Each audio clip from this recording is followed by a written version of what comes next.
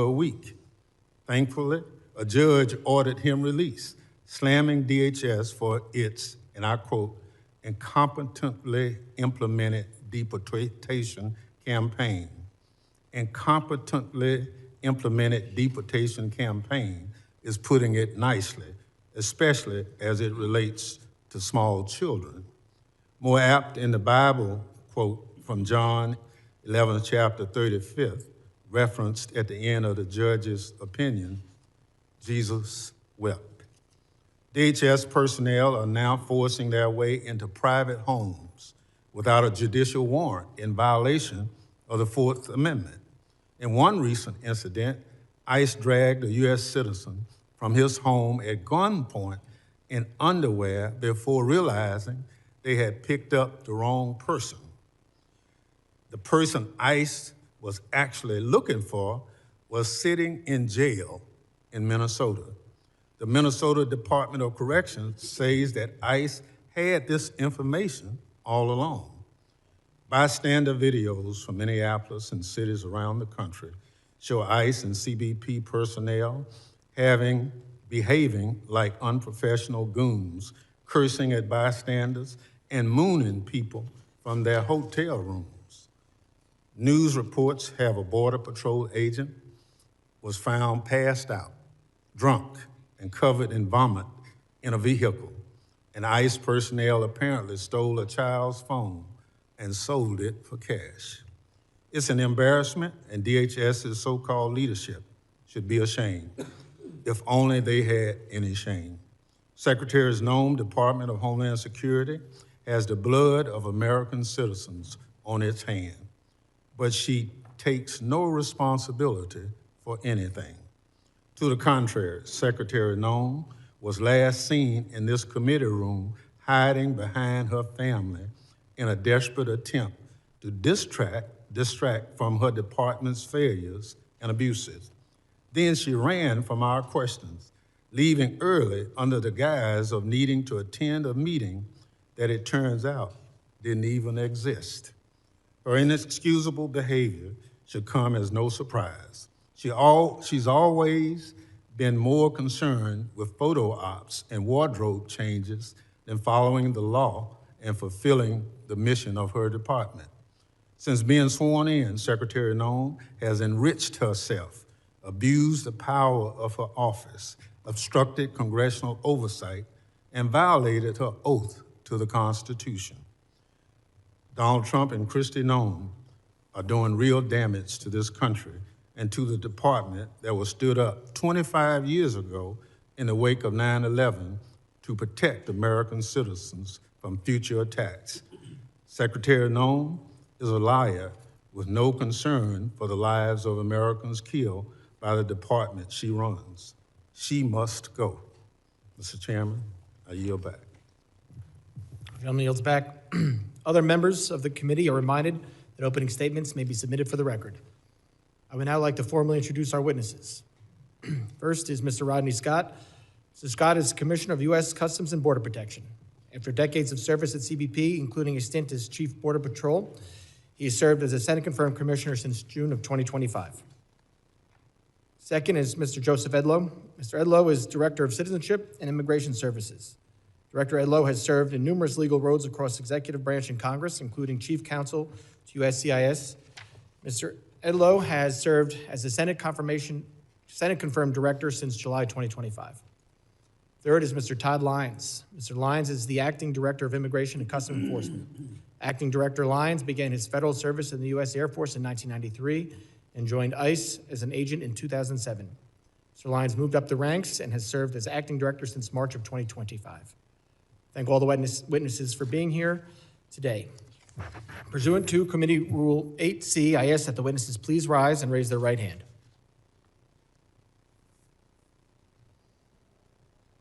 Do you solemnly swear that the testimony you will give before the Committee on Homeland Security of the United States House of Representatives will be the truth, the whole truth, and nothing but the truth, so help you God?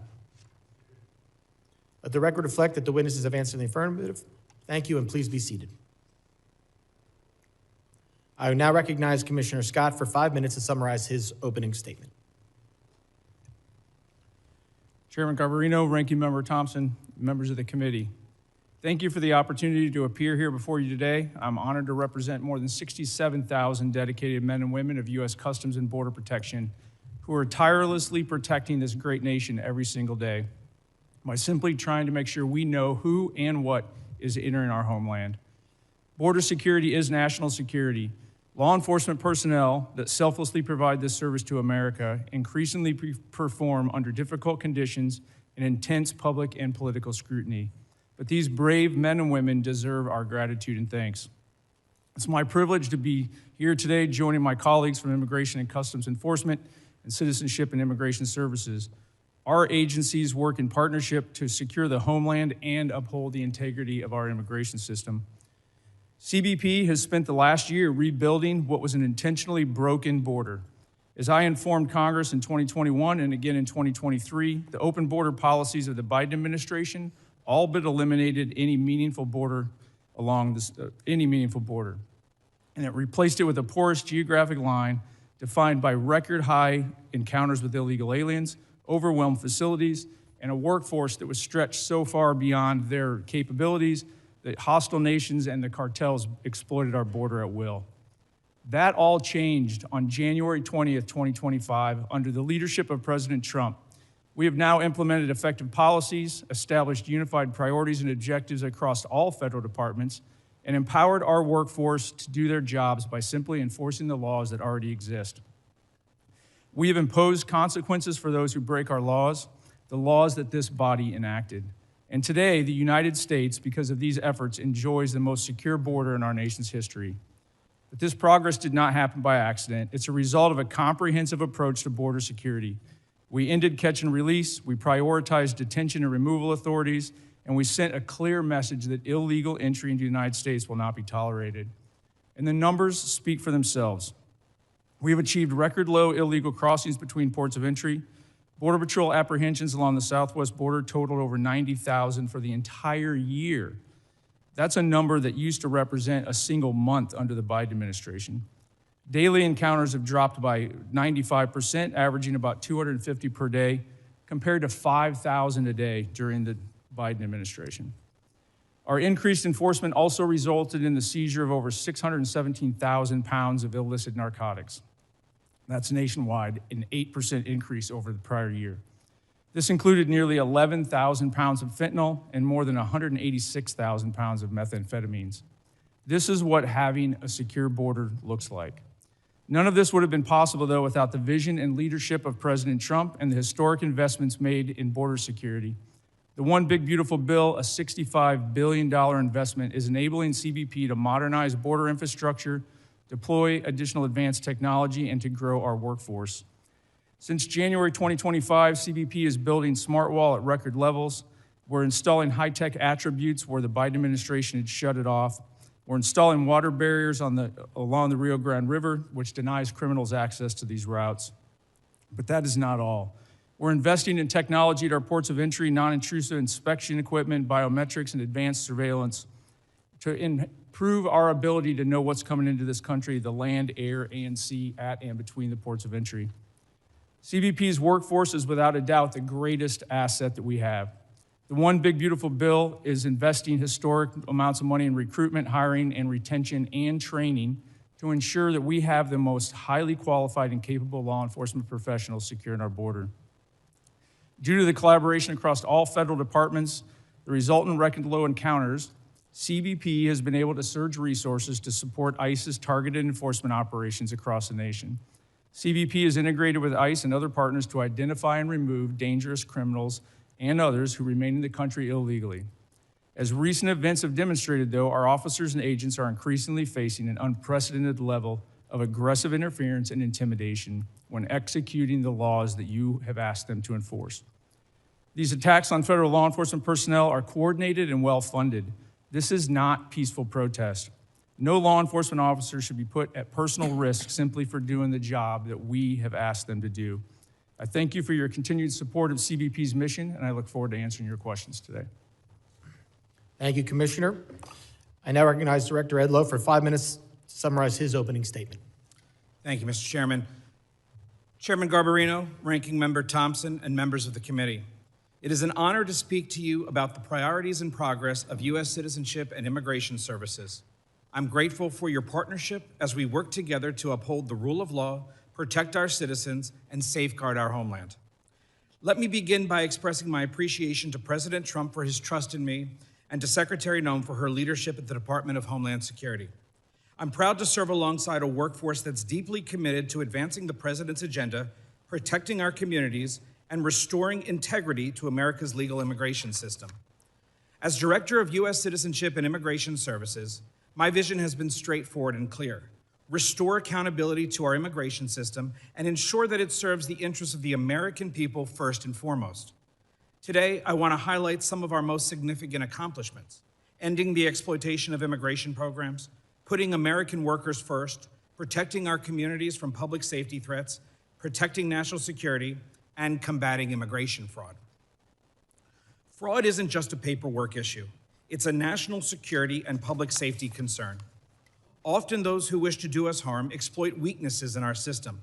Over the past year, USCIS has made nearly 33,000 fraud referrals to law enforcement, a 138% increase over previous years. We conducted thousands of site visits to homes and workplaces and thousands of social media checks to ensure aliens aren't espousing anti-American sentiment. Moreover, our fraud detection and national security team completed over 21,000 investigations, identifying fraud in approximately 65% of those cases. In Operation Twin Shield in Minneapolis-St. Paul back in the fall, we uncovered marriage fraud, visa misuse, and student visa abuses, leading to denials of immigration benefits, arrests, and removal proceedings. This work led to Operation Paris, where we continue re-examining thousands of refugee cases in Minnesota, conducting thorough background checks and in-person reviews. We've also strengthened our vetting policies. If someone falsely claims U.S. citizenship to get a public benefit or try to vote, we hold them accountable through denial of citizenship or loss of immigration status. We've tightened screening to determine whether claimed marriages and family relationships are legitimate. And we've changed regulations to employment authorization is no longer automatically extended. Now we require more frequent renewals so that we can vet aliens more frequently and ensure that they deserve to remain in the country. Additionally, we've taken action to end the exploitation of immigration programs. Mass humanitarian parole programs were being abused by the prior administration.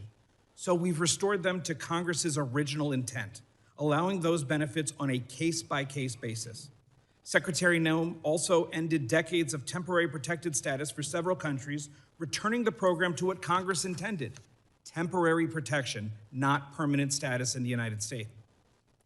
Moreover, this administration is doing more to ensure the integrity of our elections. We enhanced the SAVE program so states can verify citizenship of those on their voter rolls more effectively. Since January 2025, we've processed over 58 million queries, and 27 states are participating. Additionally, federal agencies ran nearly 206 million SAVE queries last year to identify fraud and preserve public assistance benefits for lawful U.S. residents and citizens. We're also putting American taxpayers and communities and workers first. We affirmed that aliens should be self-reliant, not dependent on public assistance, and that their sponsors are liable for the cost of public benefits that they access. The Department of Homeland Security is also working to rescind the 2022 public charge rule, restoring our discretion to determine if an alien will rely on government assistance. We've proposed protecting American jobs by prioritizing H-1B visas for higher skilled, higher paid workers, so that companies can't use those visas merely as a way to get cheaper non-citizen labor. We've also streamlined agricultural visa processing to better support American farmers. A major milestone was implementing the One Big Beautiful Bill, which added new fees for certain immigration processes. USCIS collects those fees, but only retains a small amount of the money, while the rest goes to other agencies and deficit reduction. Finally, protecting the American people is at the heart of everything we do. After the attack on 2 brave service members of the National Guard last November, Secretary Noem directed us to review immigration benefits for aliens from high-risk countries. In closing, U.S. Citizenship and Immigration Services is restoring integrity, accountability, and security to America's legal immigration system. These accomplishments reflect the dedication of our workforce and the transformative leadership of President Trump and Secretary Noem, both of whom have allowed USCIS to do the job it was created by Congress to do. We stand ready to continue working with Congress to protect the homeland and uphold the rule of law. Thank you, and I look forward to your questions. Thank you, Director Edlow. I now recognize Acting Director Lyons for 5 minutes to summarize his opening statement. Good morning. Chairman Garbarino, Ranking Member Thompson, distinguished members of the committee, thank you for the invitation to discuss the critical work U.S. Immigration and Customs is doing every day to carry out President Trump's agenda, to keep America safe, restore order to our communities, and return the rule of law to this country. Under the leadership of President Trump and DHS Secretary Kristi Noem, the men and women of ICE have been empowered to do exactly what they're trained to do: arrest and remove illegal aliens and criminals from our communities. We are enhancing public safety, securing our national security, and finally restoring integrity to the immigration system that had been allowed to collapse. We have supercharged our partnerships with state and local law enforcement, empowering officers around the country through the 287G program to help ICE identify and remove criminal aliens. Those partnerships have increased more than 900% since President Trump took office, and our communities are safer for it. I am also proud of our agency's unprecedented hiring campaign that led to hiring of more than 12,000 officers and special agents in less than a year, and more than 222,000 individuals submitted applications.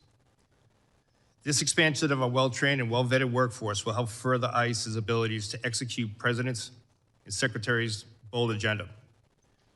Before discussing our broader operations, I must address the situation in Minnesota and the dangers that ICE agents and officers face nationwide. While the investigations remain ongoing, I'm encouraged that some Minnesota officials are finally signaling the willingness to cooperate with ICE. But let me be clear, promises are not enough. We need action. In the wake of the unprecedented border crisis of the previous administration, ICE has stepped into the breach to enforce the law. This commitment has a cost. We are facing the deadliest operating environment in our agency's history. In fiscal year 2025, death threats against ICE personnel increased more than 8,000%. Assaults on officers have skyrocketed over 1,400%. One officer in Minnesota had his finger bitten off by a protester, egged on by elected officials characterizing our officers as Gestapo or secret police. The families of ICE personnel have been made to feel unsafe in their homes. I know this firsthand because my own family was targeted. But let me send a message to anyone who thinks they can intimidate us. You will fail. Despite these perils, our officers continue to execute their mission with unwavering resolve, and we are only getting started. ICE remains committed to the fundamental principles that those who illegally enter our country must be held accountable. Since the beginning of the second Trump administration, we have achieved historic results. From January 20th, 2025 through January 20th, 2026, ICE has conducted nearly 379,000 arrests. Among those arrests were more than 7,000 suspected gang members and over 1,400 known as suspected terrorists. The president tasked us with mass deportation, and we are fulfilling that mandate. Thanks to the resources provided by this Congress, we are ramping up detention capabilities and removal flights daily. In the last year alone, we conducted over 475,000 removals. It's a brutal reality that criminal immigration today is organized by sophisticated, ruthless, transnational criminal organizations. These include cartels and transnational gangs President Trump has rightly designated as foreign terrorist organizations. The only way to defeat them is to destroy their revenue. Within Homeland Security investigations, our special agents are delivering critical outcomes in the fight against transnational crime. We are seizing fentanyl before it kills our children and dismantling the networks that poison our communities. In FY25 alone, we seized more than 2.5 million pounds of narcotics, a 50% increase from the previous year and a critical blow to transnational organization groups everywhere. HSI criminal arrests are at the highest point in history. However, our approach is just not about enforcement. It is about restoring order and dignity to the human beings sold alive by smugglers and exploited by these TCOs. In August 2024, the DHS Office of Inspector General released a report that concluded that more than 291,000 unaccompanied alien children out of nearly 450,000 transferred from DHS to HHS custody were simply lost by the system. We are talking about children exploited in factories, abused in sexual trades, and living as indentured servants on American soil. HSI is leading the charge to find them. We have conducted more than 71,000 field engagements to locate children, verify sponsor legitimacy, and uncover criminal activity related to exploitation. Since February 2025, ICE has arrested more than 500 criminal sponsors of these offenses, including sexual exploitation and forced labor, dismantled more than 2,400 human smuggling operations, and along with our federal partners, located more than 145,000 children. To further ensure TCOs can never threaten our nation again, President Trump dedicated the establishment of the Homeland Security Task Force. The Homeland Security Task Forces represent the most aggressive and coordinated attack on TCOs in history.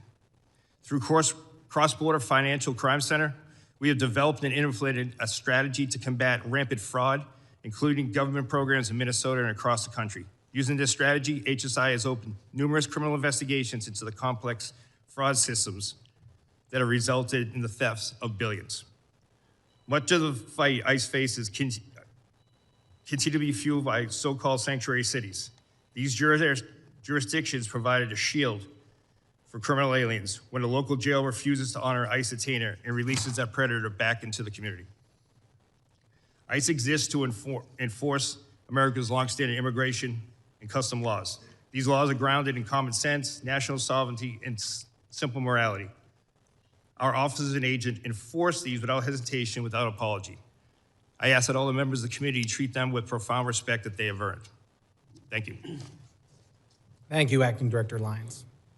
Members will be recognized by order of seniority for their 5 minutes of questioning. As we have when Secretary Noem was here, we're going to limit it to the 5-minute rule. I'm going to be strict on that for both sides. So do not be surprised if you go over, I gavel you down. I now recognize myself for 5 minutes of questions. Acting Director Lyons, I understand that you cannot discuss the details of the 2 recent shootings in Minnesota because they are subject of several investigations, including by the FBI, the Department of Homeland Security, and the DOJ Civil Rights Division. Once concluded, will you commit to providing the reports and findings of each investigation to this committee? Yes, Mr. Chairman, we're fully committed to give you the full and unabridged investigation and the outcome. Thank you. Commissioner Scott, can the committee have the same commitment from you? Yes, sir. Thank you both. Commissioner Scott and Acting Director Lyons, following this hearing in writing, I'd like to know what is the standard operating procedure for each of your agencies for an investigation when deadly force is used. Currently, Acting Director Lyons, are those procedures being followed for the 2 uses of deadly force in Minneapolis this past January? Yes, Mr. Chairman. Were those, and Commissioner Scott? Yes, sir, they are. Were the standard procedures followed from the beginning? Mr. Lyons? Yes, sir, they were. Mr. Scott? Yes, for CBP, they were as well. Thank you very much. We're obviously concerned about officer safety and have seen and heard about increasing threats and assaults against law enforcement. Director Lyons, are your officers trained regarding the difference between a protected protest and what is unlawfully impeding law enforcement? Yes, sir. Deportation officers and special agents are taught at the Federal Law Enforcement Training Center. They are taught in defensive tactics, personal safety, but as well as laws to include First, Second, Fourth, Fifth, 10th, 14th Amendment. The officers are trained before they go out into the field, and then while they're in the field. They are specialized training in disturbance control and other special tactics. Commissioner Scott, are your officers similarly trained? Yes, they are. At FLETC, ongoing training in the field, and then anytime we're deploying them to the interior, they get updated law refresher training to include First Amendment and Fourth Amendment. So I want to focus on the training here because with the historic investment in both ICE and CBP, there was a surge in hiring. I need to know, for these new hires, is the training different than what other agents and officers received before the hiring surge? Mr. Lyons, I'll let you start there. No, sir, it's not. The training was never, the meat of the training was never removed. The timeline was. We took training from 5 days a week, 8 hours a day, to 6 days a week, 12 hours a day. In addition to that, training is different in the fact that before officers even go to the Federal Law Enforcement Training Academy, there's pre-employment training, which we never had before. And on top of that, we've adapted our on-the-job training program, which is much like a city or state field training officer program that once they are removed from the Federal Law Enforcement Training Academy, have graduated, before they return to their field offices, they're assigned a field training officer, and that's continued on after that. So let me get this go. For ICE officers, the curriculum has stayed the same, but it's now a quicker training. The timeline has moved up? That's correct, sir. Okay, but the curriculum is the same. Yes, sir.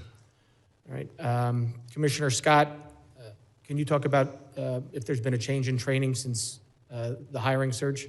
There's been no change in the training within Customs and Border Protection. Border Patrol agents go through a 117-day academy. The CBP officers go through a 103-day academy. That's actually training days. There's been no changes to that. So the only change that has been made is in our quarterly training. We've added scenarios based on what we most likely think they will encounter in the field. So we've actually added some of the protest type encounters as well. So there's been no change in the timeline either. Similar, ICE did that. You did not. No, we did not. Okay. And while this is nothing, well, because this is my last question, I'm sure. While understanding they are not suitable for every occasion, there's been a lot of talk about the use of deadly force. Are agents and officers equipped with and trained in the use of tasers or other less lethal alternatives to avoid the use of deadly force? And Mr. Director Lyons, I'll start with you, and then Mrs. Scott, you can finish. Yes, sir. Every deportation officer special agent are trained in secondary weapons, which include the taser, OC spray, and baton. They're And trained those are made available. and they're equipped. Yes, sir. Mr. Scott? So a similar answer that all of our agents have to carry a secondary weapon. They trained at the academy, and then they go through quarterly refresher training every 3 months. Okay, I appreciate it. I will have, I'm sure, for some follow-up questions today, and I will submit those to you in writing.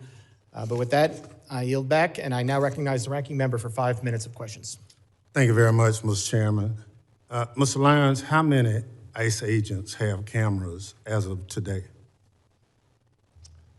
Sir, as of today, more than 3,000 ICE officers have cameras that are active in the field, with another 6,000 being deployed, sir. So how many in the field? How many ICE agents are in the field as of today? Oh, I'm sorry, sir. Agents in the field today? You said agents in the field. I'm just trying to get the number of ICE agents who have cameras on their body as of today. Approximately 3,000, sir. 3,000 out of how many? Out of approximately 13,000, sir, that are in the field. So you have 3,000 out of 13,000 who have cameras. Yes, sir. Mr. Scott? I don't have the actual number in front of me right now. It's about 10,000. We're building that program out as we speak. 10,000 out of how many? Out of about 67,000. But the catch there is the ports of entry, we have significant video. Nope. I don't want to go to ports of entry.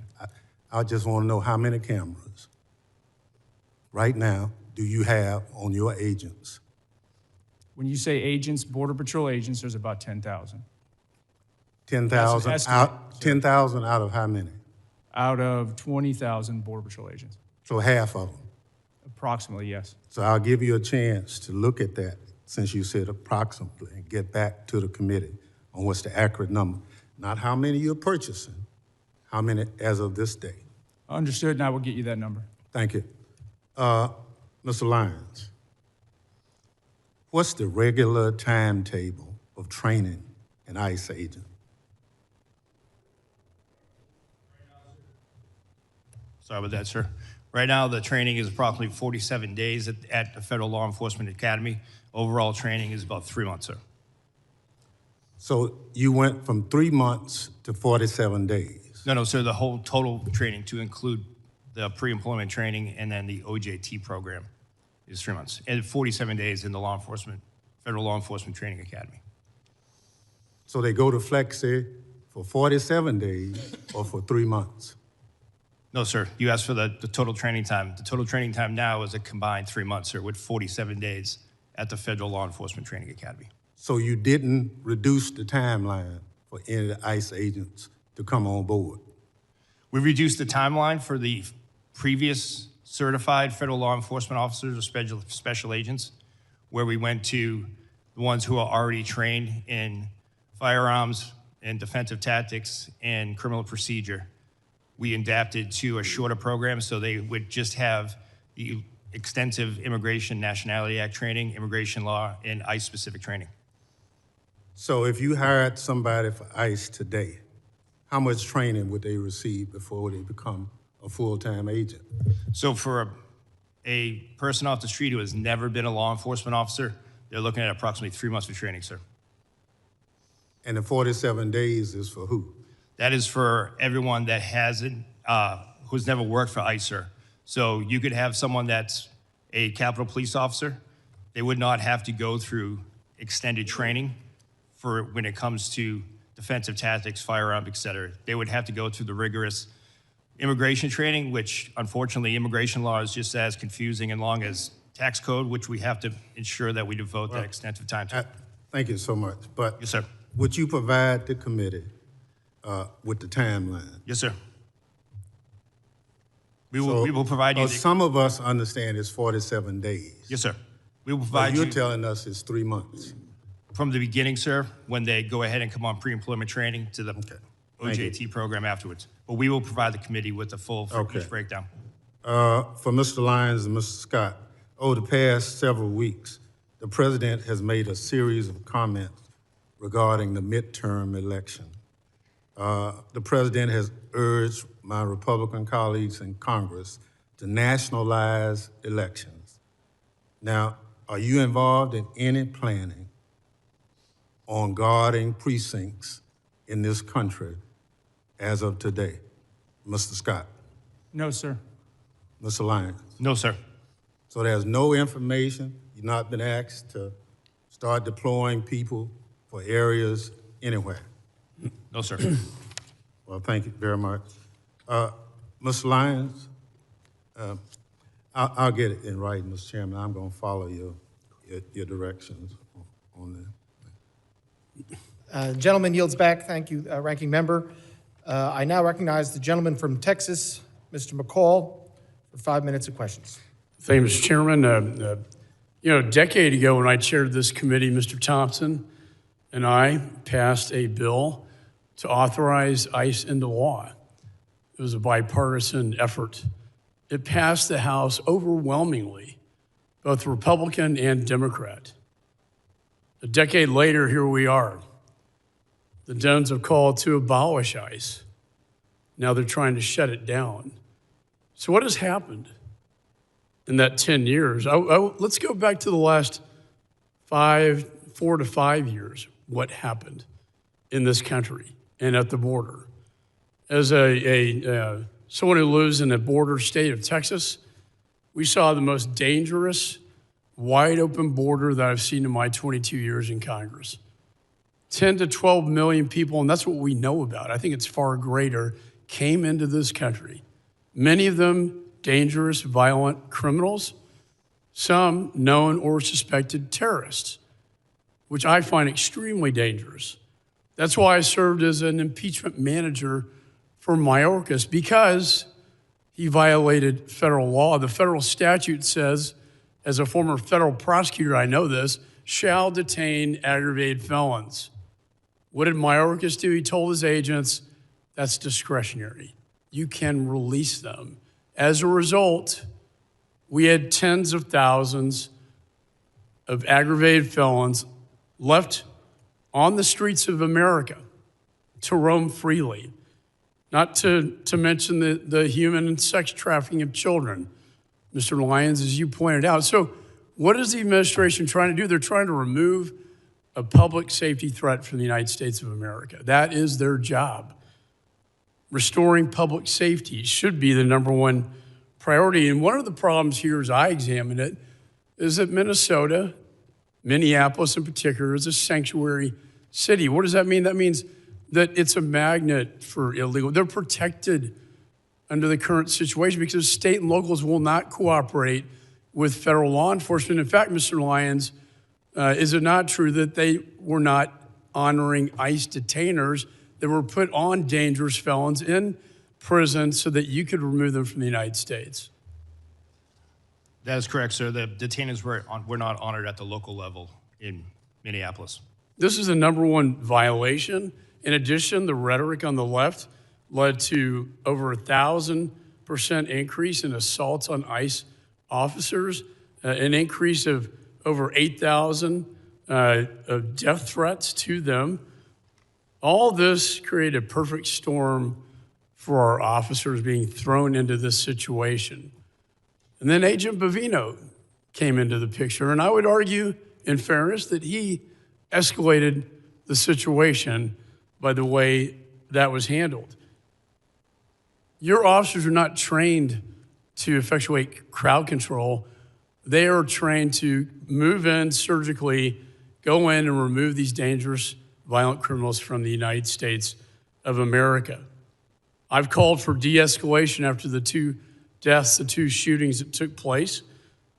I believe that these roving patrols should be done at the border rather than in the major cities of the United States. So when the president decided to remove Agent Bovino and put in Tom Homan, who I've known for years, a consummate professional, law enforcement professional, I commended the president. And what has been done since Mr. Homan came into the job? We now have targeted law enforcement operations. He is returning to the original mission of ICE. He is working with state and locals to do the crowd control. He is getting them to honor the ICE detainers. He is also getting the body cameras put on them. And the roving patrols, in his words to me, should be done at the border, not in major cities. My question to you, Mr. Lyons, is Mr. Homan now, are his operations in Minneapolis now bringing the situation under control? So we've seen a de-escalation in the fact that the protests, while they still go on, have subsided, and ICE has been allowed to do their targeted, intelligence-driven enforcement operation. Just the other night, local authorities arrested 54 protesters at the local level where ICE officers did not have to be engaged in that. My final question to you, do you believe the model that Mr. Homan is now setting in Minneapolis should be a model for the nation? Gentleman's time is If expired. I could allow the witness to answer. I understand that, but I'm holding I'd it like to on the 5 minutes. record an answer, Mr. Chairman. Do you agree that Mr. Homan's model is one for the nation? Gentleman's time is expired. Yes or no? I now recognize the gentleman from California, Mr. Swalwell, for 5 minutes. A couple nights ago, I met with a woman who works as a cashier at a grocery store, and I told her I was coming to see you, Mr. Lyons, and she said, will you ask him, and she didn't want to give her name. She was terrified to give her name. But she said, when I get off my shift around midnight and I walk through the parking lot to my car, she said, if somebody rolls up in an unidentified van and gets out wearing all black and their face is covered and they don't have any identification and they ask me to get into the van, how do I know who they are? How does she know, Mr. Lyons? How does she know if they're an ICE agent or bad guys? Sir, ICE agents have identifiable placards on their uniforms as well as their badges representative, but you won't see ICE agents rolling through the parking lots and just snatching someone up. ICE does intelligence-driven, targeted enforcement operations. Well, Mr. Homan and others have said that they target individuals based on the color of their skin and the accents that they speak, and that's why people are running through the fields and factories where they work. Director Lyons, last year you said in Phoenix at the Border Security Expo that you wanted to see a deportation process that was like, quote, Amazon Prime, but with human beings. Mr. Lyons, how many times has Amazon Prime shot a mom 3 times in the face? None, sir, but you're also... It's the square root of 0, that's right. Yes, sir. Yeah, but if we're gonna go down that route of my comment, I did say that comment. However, that comment was taken out. If you go back and watch the video, I did say that we need to be more efficient when it comes to removing individuals from the United States because ICE doesn't detain punitively. We detain to remove. I don't want to see people in custody. At the end of my statement was, and again, to your point, it was a industry day for AI and efficiencies, but I did say at the end of it, but we deal with human beings, so we can't be like them. And speaking That's of the human, key part that you're leaving out. Well, speaking of human beings, how many times has Amazon Prime shot a nurse 10 times in the back? None. How many times has Amazon Prime dragged a woman out of her car by her hair and then dragged her down the street? None. How many ICE agents have been fired for their conduct under your leadership? Sir, I can get you that data. I'll get that back to you. Is it more than one? I'm not going to speak about personnel actions, but I'll get you that data. Can you tell us if at least, God, I hope at least one person has been fired for their conduct since these operations have begun? Are you telling us you can't even say one person's been fired?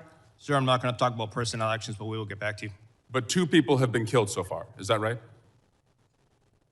A nurse named Preddy and a mom named Good. 2 people have been killed so far. Yes, sir. Mr. Lyons, will you apologize to the family of Renee Good for being called a domestic terrorist by the president and his leadership? No, sir. Why not? Sir, I welcome the opportunity to speak to the family in private, but I'm not going to comment on any active investigation. Is she a domestic terrorist? Sir, I'm not going to comment on the investigation, and the president and Secretary Noem are elected officials. That's their right to their comments, but as career law enforcement, we won't speak to any.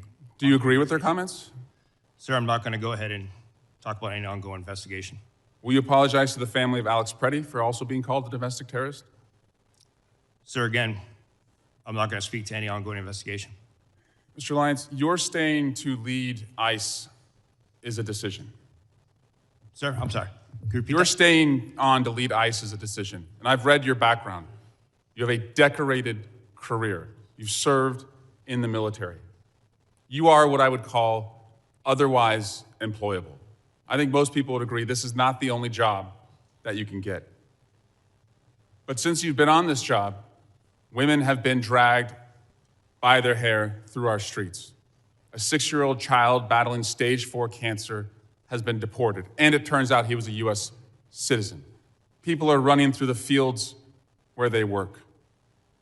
People who've gone to the streets as allies have been shot and publicly executed. It's a decision to stay on at this point. And considering your honorable service in the past and the dishonorable acts that those who have worked for you have conducted, and the disgraceful statements that the leadership above you have said, you now have a decision. Will you stand with the kids who you're supposed to protect, or will you side with the killers bringing terror to our streets? Mr. Lyons, will you resign from ICE? No, sir, I won't. Why not? Because, sir, that child that you're showing right there, the men and women of ICE took care of him when his father abandoned him and ran from Gentleman's law enforcement. time has expired. You never should have gone into Gentleman's time custody. has expired. I recognize the gentleman from Mississippi. Yield Mr. back. Guest for 5 minutes. Thank you, Mr. Chairman. Mr. Chairman, we stand on the verge of a second Democrat shutdown of the United States Department of Homeland Security just within the last 90 days. The Department of Homeland Security employs 260,000 men and women across 22 different agencies. Those agencies include 63,000 men and women who work for CBP, 60,000 who work for TSA, 22,000 for FEMA, 18,000 who works for USCIS, almost 50,000 civilian and military employees with the United States Coast Guard, 7,800 Secret Service employees, 2,500 CISA employees, and over 8,000 agents and analysts with the Department of Homeland Security investigation who perform a crucial function to protect and serve this country. This second government shutdown, led by my friends on the Democrat side of the aisle, will leave our country less safe. Don't just take my word for it. Let's look at the words of the Biden administration. President Biden and Kamala Harris, Department of Homeland Security, in September of 2023, as the nation faced a potential government shutdown, they issued a fact sheet. That fact sheet is entitled The Impact of Government Shutdown on the DHS Workforce. This fact sheet says this. It says DHS workforce is comprised of extraordinary public servants who safeguard this nation. It goes on to say any lapse in federal funding would disrupt this vital work, leaving Americans less safe as a result. Those working without pay include law enforcement, conducting such acts as seizing illegal narcotics like fentanyl, combating child exploitation and child predators, identifying and arresting human trafficking, responding to natural disasters, preventing cyber attacks, and protecting U.S. government leaders. And so I ask you, gentlemen, as we are once again on the verge of a shutdown of the Department of Homeland Security, if the Democrats take us to the edge, if they refuse to sign a CR, if once again the men and women who serve under your leadership, if they are once again not paid, I ask you, how will that impact our nation? Will America be more safe, or will America be less safe if we are once again led into a government shutdown by the Democrat Party? Mr. Scott. I believe consistency and seeing support from the leadership on both sides of this building and the president is very important to border security. I think the rhetoric and the back and forth, the politicizing of law enforcement in general detracts from the general morale of our personnel.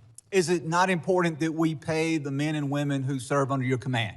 It's critically important. And in a government shutdown, the bills don't stop, do they not? The bills continue to accrue. Correct. And the deployment of technology ceases in many cases, and America becomes less safe.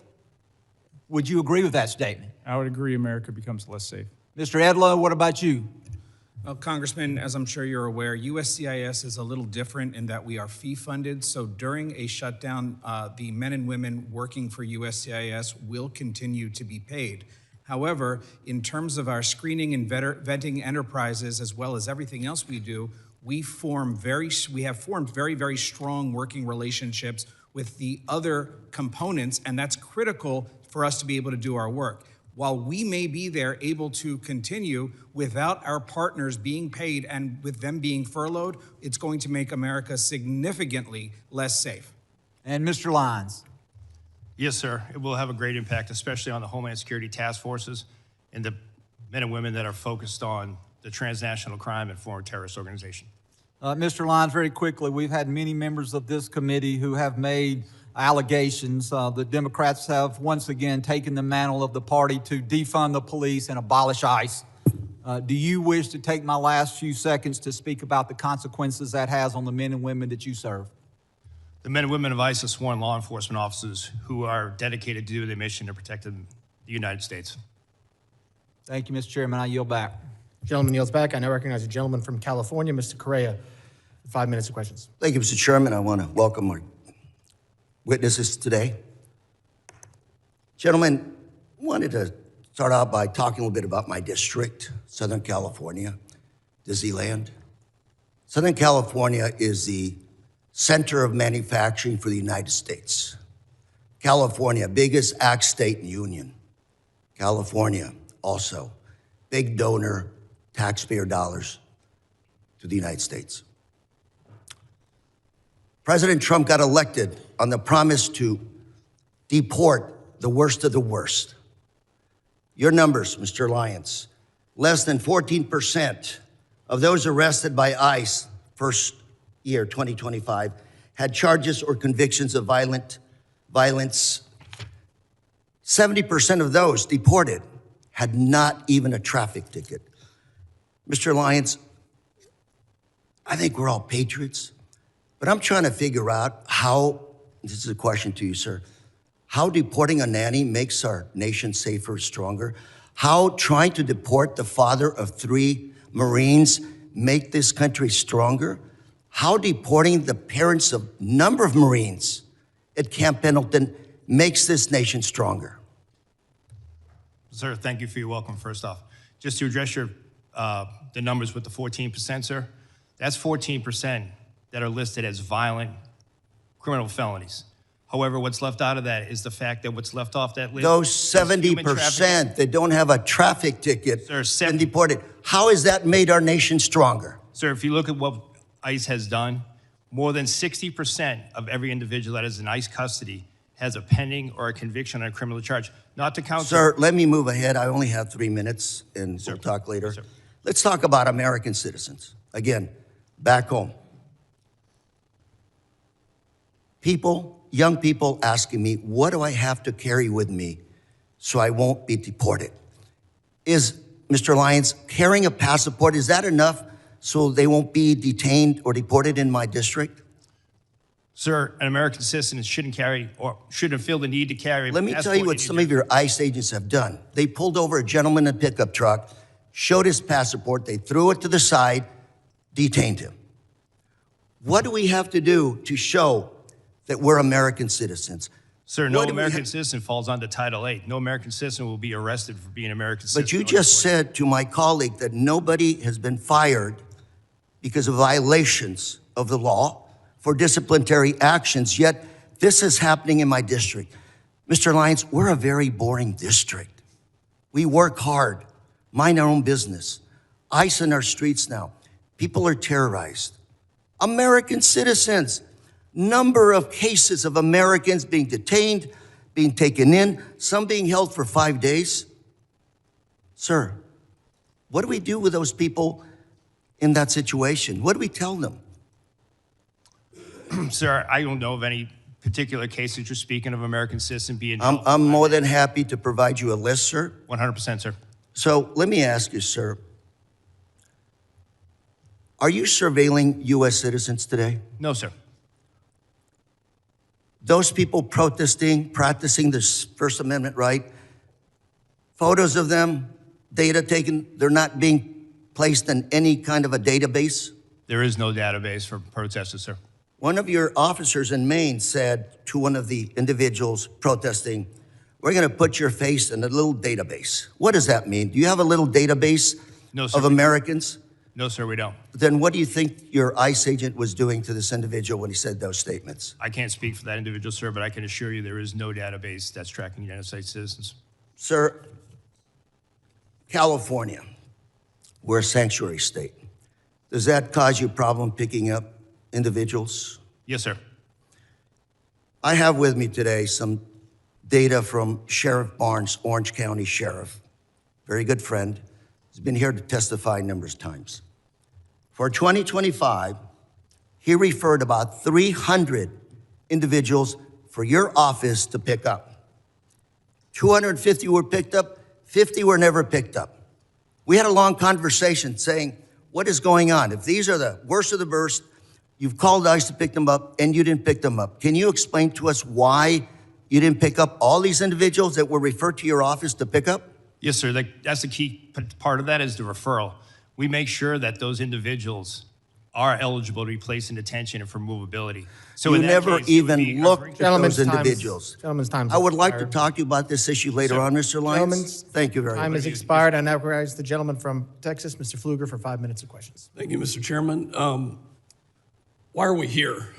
And I think it's pretty clear that until proven otherwise, at 5 years of experience, that it seems like one side of the aisle is in favor of open borders and wants to abolish ICE. And I hope that that can be proven wrong. And the other side of the aisle wants to enforce the laws that are on the books. Commissioner Scott, how many administrations have you worked for in your career? Since the Clinton administration? So multiple Republicans and multiple Democrats. Correct. Is it a crime to enter this country illegally and to skip a notice to appear, to skip a court-ordered appearance, and to not comply with the laws that are on the books? Yes, sir. Has that changed since you started working for President Clinton? No. So I can't imagine establishing the fact that it is a crime to skip a notice to appear. We had 10 to 12 million people who entered this country illegally in the Biden administration. As a conservative estimate, there are sanctuary cities all throughout the United States who have said, we will not comply with federal laws. That's why we're here today. I can't imagine being a DHS officer, an ICE officer, and being threatened with violence, having death threats, being doxxed, having your family identified, putting that on the internet, and violently telling you that they are going to kill you because you are enforcing the laws that are on this book that were passed by both sides of the aisle in this body. Director Lyons, how many of your agents are being doxxed, threatened, or harassed? We've had over 8,000% increase on death threats. You know, I'm in the middle of working a bipartisan domestic terrorism working group with another member on this committee. There is a group called Defend 612 that has come out with tactics, techniques, and procedures in Minneapolis to do things like encourage protesters to impede law enforcement, to push civilians towards legally and physically risky confrontations, to help mobilize a counter-protest, to coordinate strategies and trainings to aid illegal immigrants to avoid detention. Are you familiar with groups like this, Defend 612? Yes, sir. We have multiple groups around that in all 50 states. There's an article written by Christina Buttons, and I'd like unanimous consent to enter this into the record, called Inside Minneapolis's ICE Watch Network. Chairman, I seek unanimous consent to enter. Without objection. This article talks about these tactics, techniques, and procedures that put your law enforcement agents and your agents at risk. What is different about Minneapolis? What kind of coordination have you received from the local police department that we don't see any of this in Texas? We've not seen, and there have been many ICE operations that have happened in Texas, but what's different from what you've seen in Minneapolis? Unfortunately, sir, in the beginning of the Minneapolis operation, we didn't see any cooperation at the state or the local level, whether it be from the Minneapolis Police Department or the Minnesota State Police, which led to ICE officers and agents, as well as our other federal partners, pretty much having to defend themselves from whatever impediment, riots, or protests. Were they told by local elected officials not to cooperate? Yes, sir. Is that because they're a sanctuary city?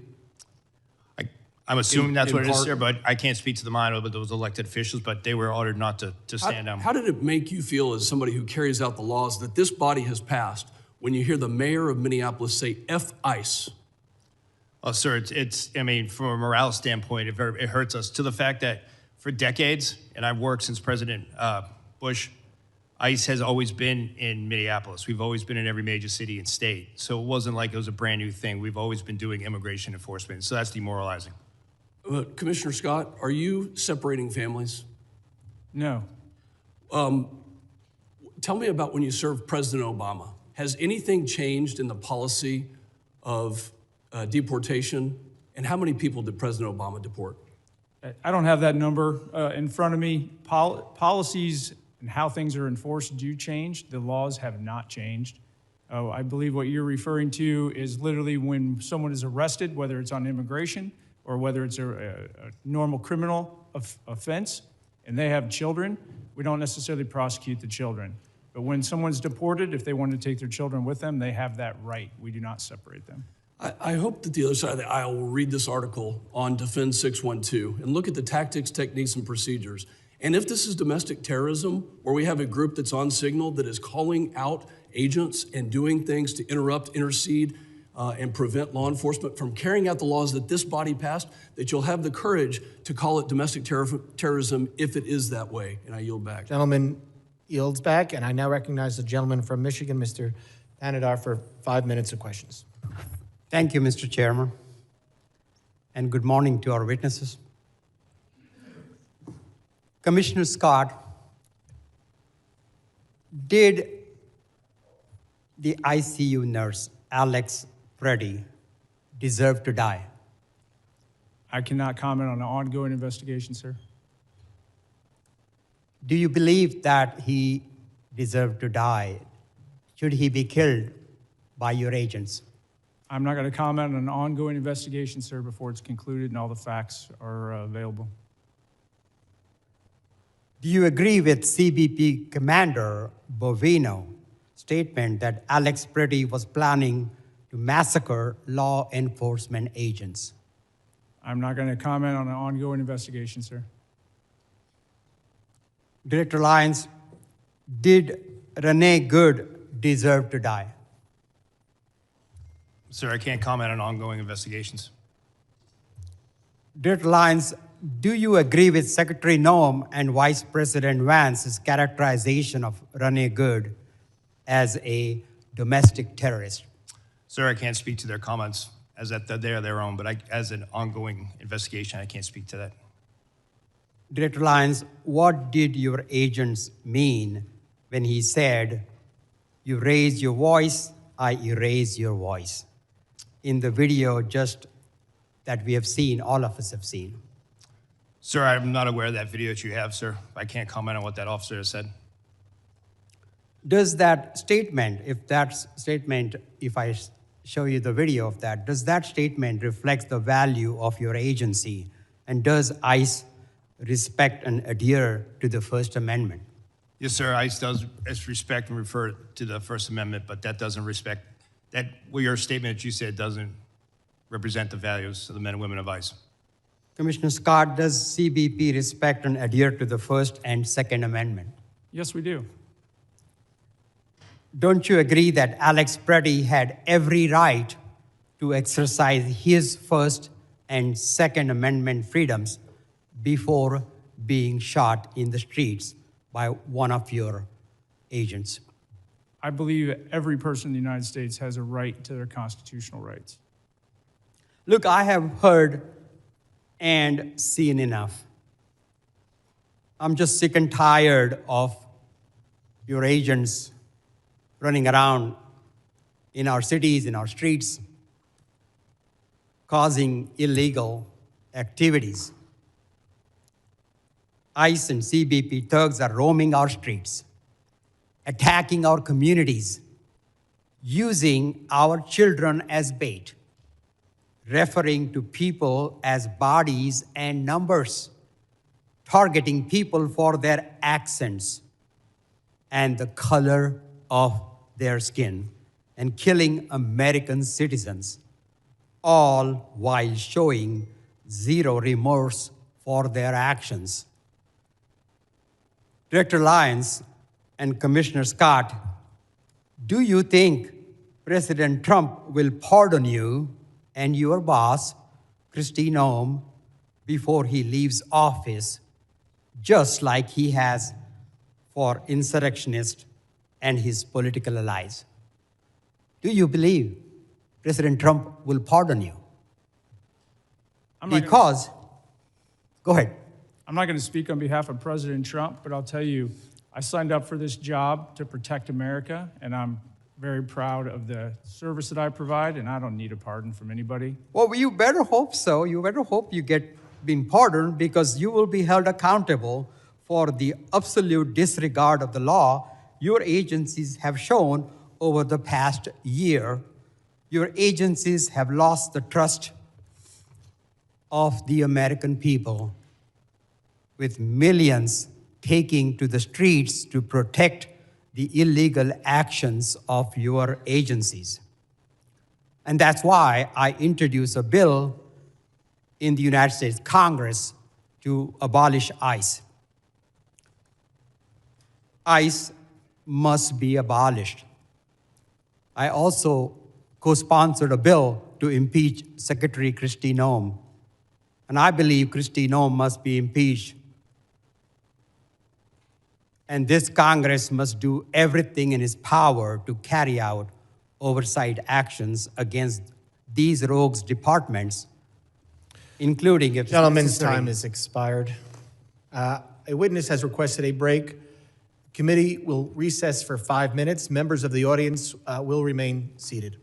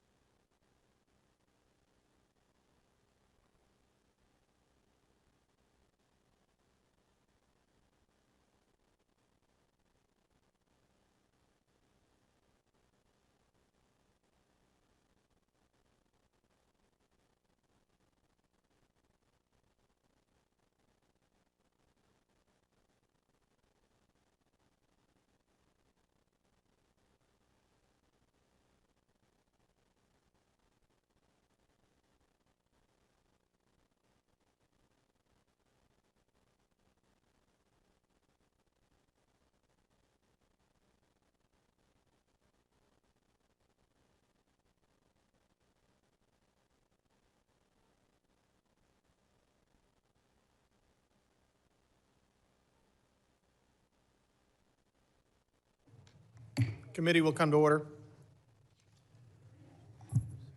I now recognize the gentleman from Texas, Mr. Gonzalez, for 5 minutes of questions. Thank you, Chairman, and thank you, gentlemen, for your service to our great country. I was speaking to some agents that were deployed from Texas to Minnesota, just asking for the ground truth of what was happening. And one of the things that stood out to me is one of the agents said, Tony, it reminds me a lot of Fallujah. Having someone that served in Fallujah, that caught my attention.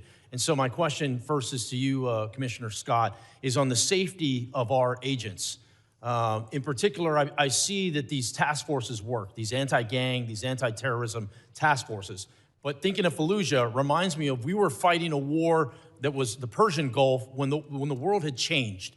And so my question is there a way we can protect our law enforcement, our federal law enforcement agents, in particular through, I've got a bill in particular through bulletproof glass or ballistic windshields. Is that something you think that could help protect the law enforcement officers that are on the front lines? I think that can help protect the officers on the front lines, but it goes much farther than that because things have changed. So the tactical infrastructure at the border, the bulletproof vests, all of that helps tremendously, but we're fighting a different fight now.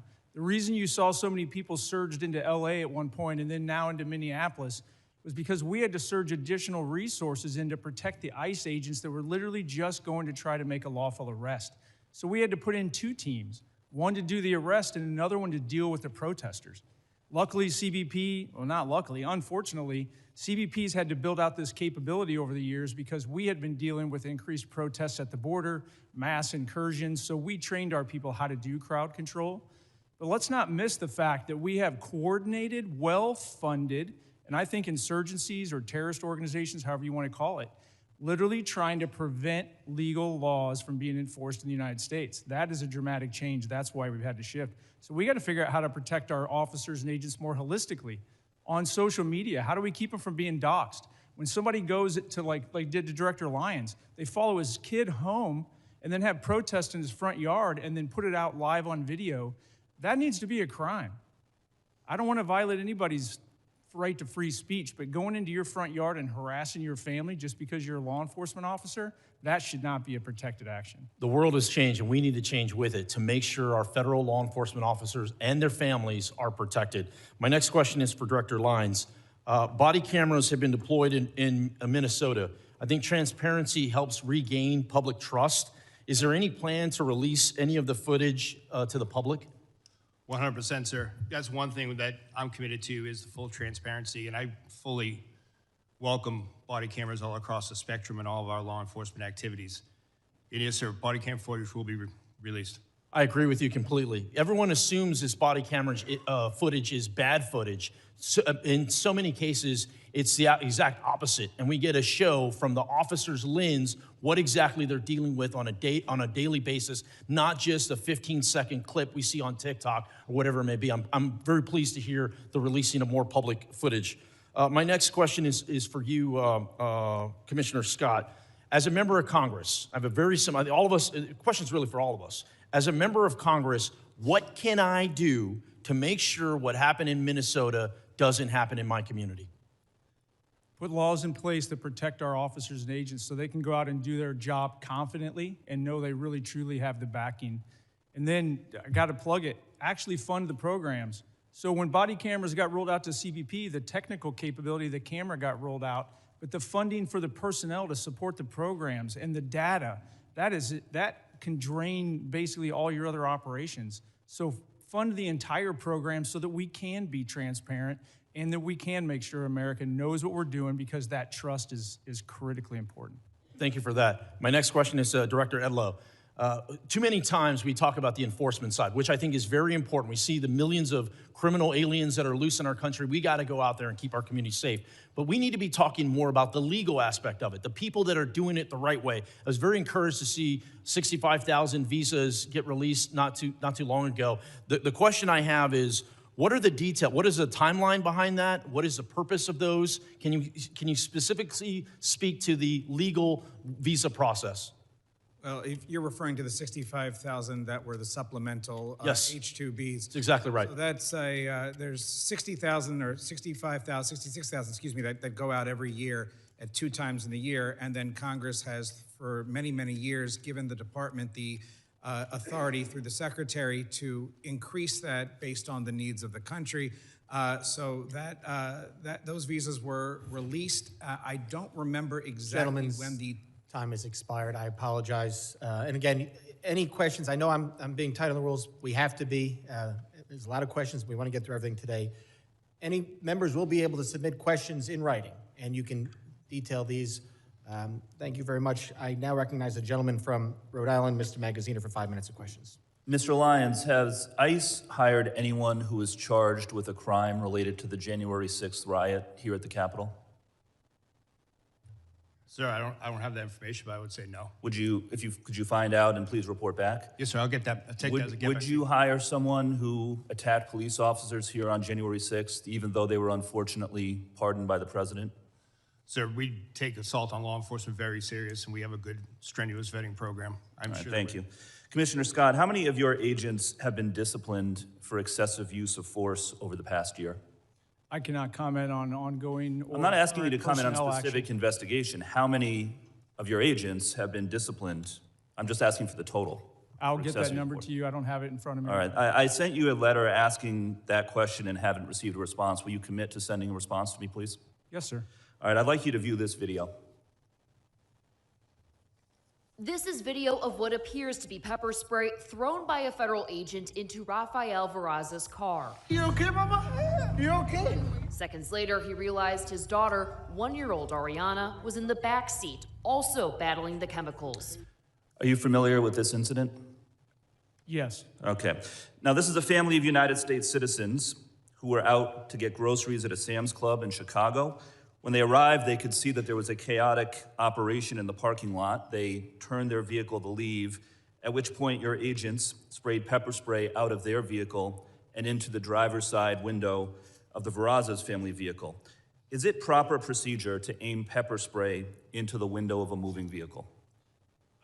I'm not familiar. I don't have all the details on this. It's an ongoing I'm not asking about investigation, but to answer your specific question, is it proper procedure? we try to avoid that. No, it's not. Try to avoid it. Because you understand it's dangerous, right? Not just for the driver, but for pedestrians, for other people who could be hit by a car if a driver is blinded, right? I 100% understand that, but you're talking about intentional versus not intentional. Well, now listen. I've been in a vehicle in one of these situations. Scott, reclaiming my time. From the in my own video, this case. was clearly intentional, and you know as well as I do that in any other law enforcement agency, if an officer did this, they would be put on leave, investigated, and likely disciplined. Were any of your agents ever investigated or disciplined for this incident? I'll have to get back to you on this incident. I believe it's still an So you ongoing don't know. investigation, but we have at least I'd 10 like to show open you cases. another video. This one is from Minneapolis.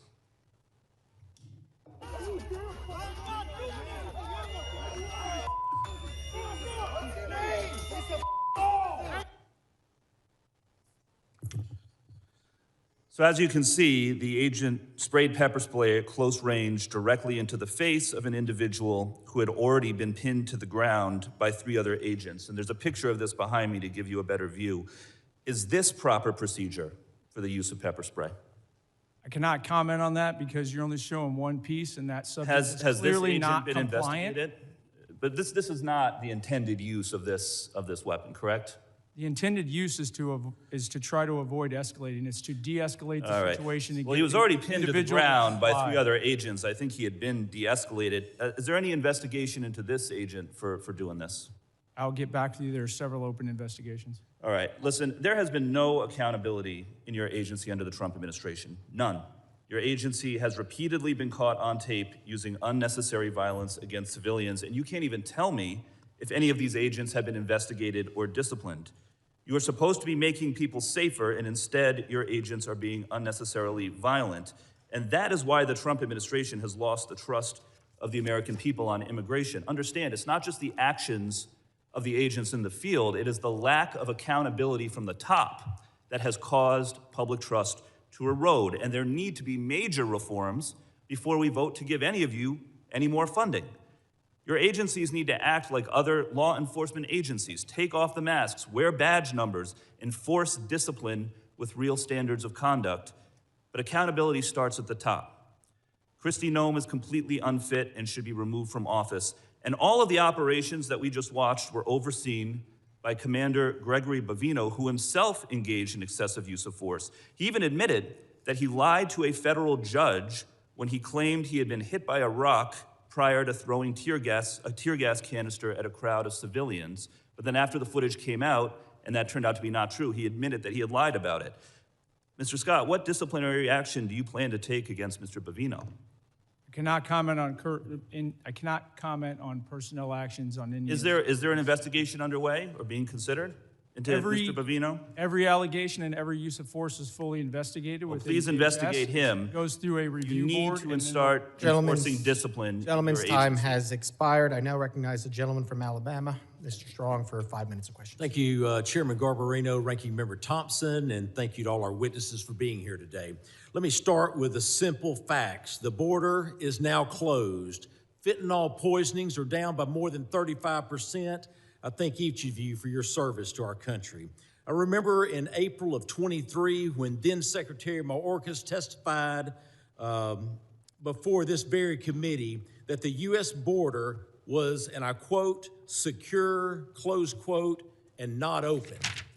At the same time, under his leadership, illegal alien population surged to over 11 million. They were coming from more than 160 different countries as migrants were released into our country by the millions. That's what the Biden administration, in concert with Secretary Alejandro Mayorkas, did to America. They sold America out. The consequences of their failures were predictable. When the United States failed to enforce its border, the winners are not legal immigrants or American communities. It's the cartels, drug smugglers, human traffickers, and violent criminals. We didn't need new laws to stop this crisis. We needed a president willing to enforce the laws already on the books. President Trump did exactly that.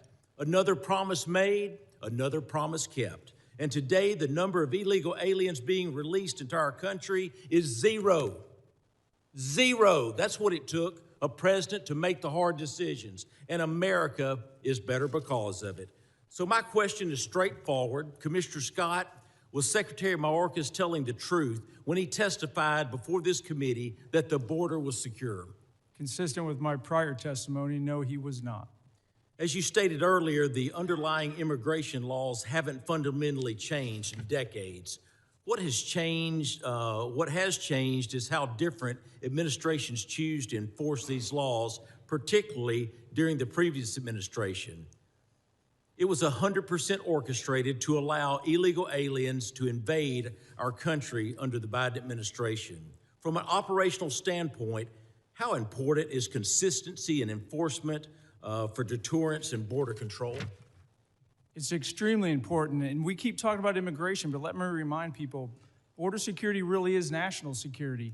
The cartels use illegal immigration to literally overwhelm law enforcement at the border and bring in all kinds of other threats. It's the second wave that always is the most critical. The Interior Enforcement sent a message around the world that we're not going to just let you go. It took away the marketing ability of the cartels to get people to come to the border and overwhelm law enforcement. This all works together. It's critically important because it is national security. Thank you, Commissioner. The men and women of DHS deserve our respect and the ability to do their job effectively without mixed signals from Washington. I also want to be clear, I support the men and women who work every day to secure our borders and enforce federal immigration laws. But lately, we've seen growing strain on political rhetoric that goes beyond policy disagreement and targets the legitimacy of law enforcement itself. Rhetoric that puts a target on the backs of agents doing their jobs. Acting Director Lyons, we keep hearing calls from left-wing politicians to abolish ICE. Some, including many who should know better, have denounced federal law enforcement as secret police. How would you respond to these reckless attacks? Sir, I can speak from personal experience, having served multiple administrations, that the men and women of ICE are out there every day doing the law as it's written. What are the consequences of not enforcing federal immigration laws? Sir, if you look at what ICE has done, if you look at the amount of, as I said earlier, the amount of known and suspected terrorists that we removed from the country, we arrested 1,477 this year and removed 1,480. Just that impact alone, along with the 7,800 gang members, makes a significant impact on public safety and national security. Thank you. Turning to you, Director Edlow, the U.S. Citizenship and Immigration Service plays a role in administering legal immigration and protecting the integrity of the system. When immigration enforcement is undermined or treated as illegitimate, how does that affect USCIS's ability to manage lawful pathways, prevent fraud, and maintain public confidence in the legal immigration process? It makes it absolutely impossible, Congressman, and that's why we've done everything we can to administer that system now and to not cut corners that were previously cut during the last administration. Thank you. Mr. Chairman, I yield back. The gentleman yields back. I now recognize the gentleman from New York, Mr. Goldman. 5 minutes of questions. Thank you, Mr. Chairman. Mr. Lyons, what guidance have you given to your agents about asking people walking on the streets of America to show proof of citizenship? Sir, as I stated earlier, the men and women of ICE, deportation officers, special agents, we conduct targeted intelligence-driven operation. We don't walk around on the streets asking people about their American citizenship. Really? So all of those individual American citizens who have been randomly asked are lying. Is that what you're saying? Sir, if the men and women of ICE are conducting an investigation, whether it be for Title VIII immigration enforcement or Title 18 criminal enforcement, they'll ask someone their nationality. Right, but that's not targeted because they're asking all sorts of American citizens, including off-duty law enforcement. Now, have you directed at any point your agents under the Supreme Court's racial profiling ruling to only stop non-white people and those who look like immigrants to ask for their citizenship papers? No, sir, I haven't. Now, you are aware, of course, and there's well-documented, numerous well-documented instances of people, American citizens, being asked to show and prove their citizenship. Do you know what other regimes in the 20th century required similar proof of citizenship? Yes, sir. What? Sir, there was various nefarious regimes that did that. Is Nazi Germany one? Yes, but Is the Soviet Union one? I honestly, Sir, I'm asking the questions. Is the Soviet Union one? Yes, sir, but I totally, this is the wrong type of questioning. I'll tell you what the wrong type of actually, thing sir, is. Sir, is it's my Holocaust time. Museum Reclaiming is my down at 14th time, and sir. Independence. If you want to go see Reclaiming my Nazis, time, that's what Mr. it is. Chairman. It's not the men and women of ICE that are out there doing it every day. So to say that the men and women of ICE are Mr. Chairman, I'm reclaiming my time. I would like my wrong. time back, please. Please give me another 15 seconds because he was unnecessarily speaking. You said in your opening statement that references to ICE as the Gestapo or the secret police encourages threats against ICE agents. 100%. The problem is you have it backwards, sir. People are simply making valid observations about your tactics, which are un-American and outright fascist. So I have a simple suggestion. If you don't want to be called a fascist regime or secret police, then stop acting like one. But people are simply just observing what they are seeing. And that's why people are making those comments. Now, I was a prosecutor for 10 years, prosecuted mob bosses, organized crime, violent criminals, the actual worst of the worst. Not a single criminal law enforcement agent that I worked with wore a mask to conceal their identity. But your department, which is a civil law enforcement agency, is defending the use of masks by your agents because of a so-called rise in threats and assaults against your officer. Now, you said in your opening testimony that assaults against ICE officers are up by more than 1,400%, which is now even more than the 1,300% that your gaslighting spokesperson, Tricia from Ohio, has recently been citing. But here's the problem. There are two separate, very detailed, very thorough investigative reports based on your own data that both conclude that assaults against ICE officers are up about 25%, which is far less, of course, than you assert and far less than you would expect from an agency that has more than doubled its hiring and has an even greater increase in arrests. Now, why is that a problem, Mr. Lyons? It's a problem because the explanation that your agents are wearing masks because of fear of assaults or doxing is outright bogus. You and your untrained, unqualified, unvetted, unidentified agents are intentionally terrorizing our cities and communities all over this country to avoid accountability for their excessive force and their lawless actions. That is why you're wearing masks, so no one can hold you accountable. And you know that the FBI is not going to, because notwithstanding all of the investigations all of you say are going on, the Department of Justice and the FBI has stated they are not investigating those two murders. This is not the America that I know and love. This is not the America my immigrants came to. And it's long past time that you rein in your out-of-control agency and start following the law and the Constitution. And I yield back. Gentleman's time has expired. I now recognize the gentleman from Arizona, Mr. Crane, for 5 minutes of questions. Thank you, Mr. Chairman. It's interesting being in this hearing today, where my Democrat colleagues continue to demonize ICE and Homeland Security. I think history and context are very important here. It's not lost on most of the American public that my Democrat colleagues actually caused this entire crisis with their open border policies that they all voted for, letting in close to 15 million illegal aliens.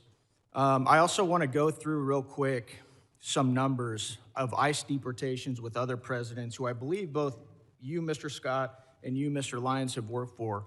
Under President Clinton, 12 million illegal aliens were deported and removed from this country, some voluntary, some departures. No riots. Under President Bush, 2 million, no riots. Obama, who was often referred to as the deporter-in-chief, 5 million, including returns, no riots. President Trump in his first term, 2 million deported, no riots.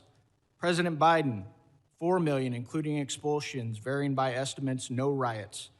President Trump again this year, 625,000 with 2 million voluntary leaving through CBP Home App.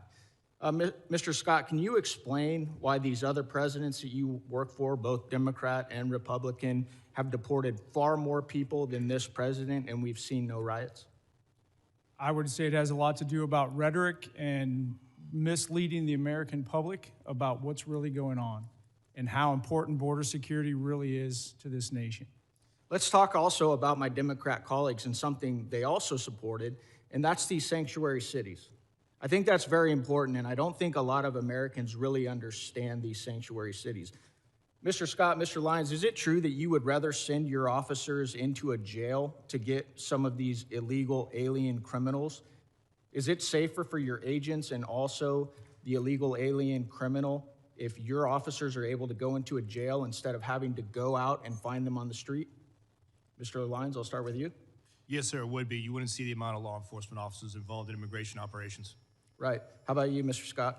I 100% agree with the director, and just as importantly, it would allow me to put more agents back on the border to prevent people from getting in here in the first place. Let's also talk about these riots. Mr. Scott, Mr. Lyons, do you guys remember any riots, when for some of these victims that were assaulted and victimized by illegal alien criminals like Nate Baker, Laken Riley, Fletcher Harris, Skylar Provenza, Ivory Smith? I've got a whole list of them. Do you remember any riots from our Democrats or their constituents when any of these American citizens were victimized by illegal alien criminals? No, sir. No, sir. Why do you think that is? Because that's the question that I get asked all the time.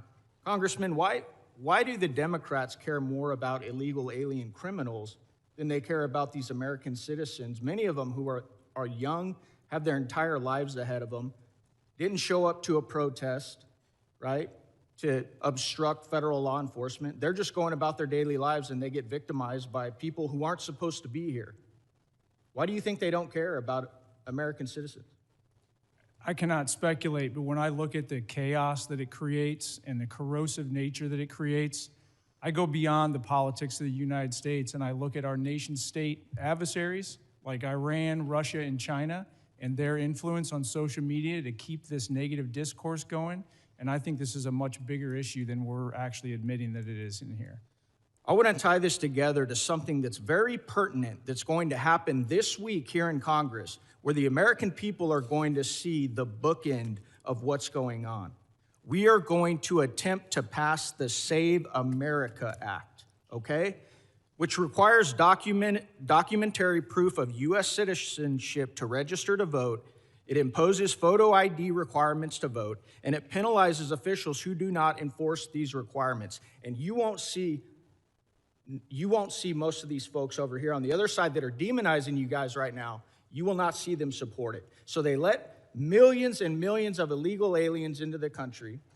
They set up these sanctuary cities so you can't go enforce these federal laws that are on the books that Congress has passed. And now they won't vote to stop these illegals from voting in our elections. If the American people don't understand what this whole thing is about, it's about one word, and it always has been, and that is power. They want power, and they need these illegals to vote in our elections. That's why they don't care about the fraud either, because they need those votes as well. Thank you. I yield back. Gentleman yields back. I now recognize the gentlelady from Illinois, Ms. Ramirez, for 5 minutes of questions. Thank you, Chairman. My mother, a Guatemalan immigrant and an American, taught me that I have the responsibility to look evil in the eye and to fight it back. Mr. Lyons, Mr. Scott, Mr. Edlow, you have used your power to perpetrate great evil. And it's about time you answer this committee for the lawlessness that you've empowered and defended in your testimony. Mr. Lyons, I want to start with you.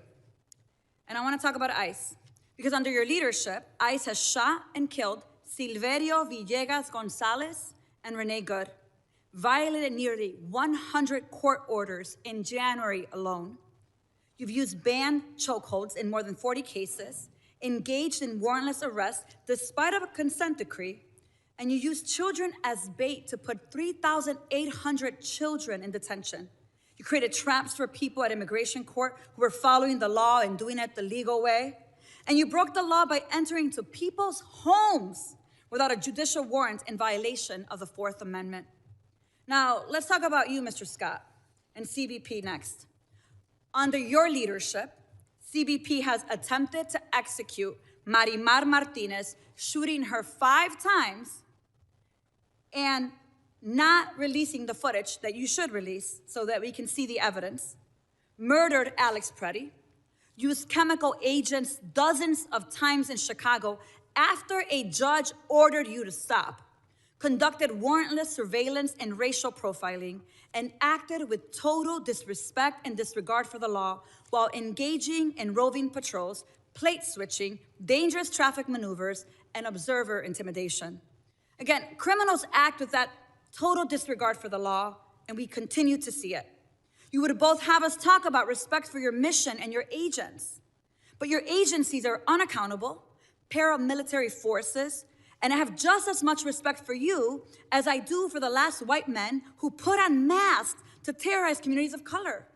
I have no respect for the inheritors of the Klan Hood and the slave patrol. Those activities were immoral then and criminal, and so are yours. And that brings me to you, Mr. Edlow, and USCIS. Truly, USCIS is the most disappointing part of this whole panel for me. Mr. Edlow, let me ask you a question.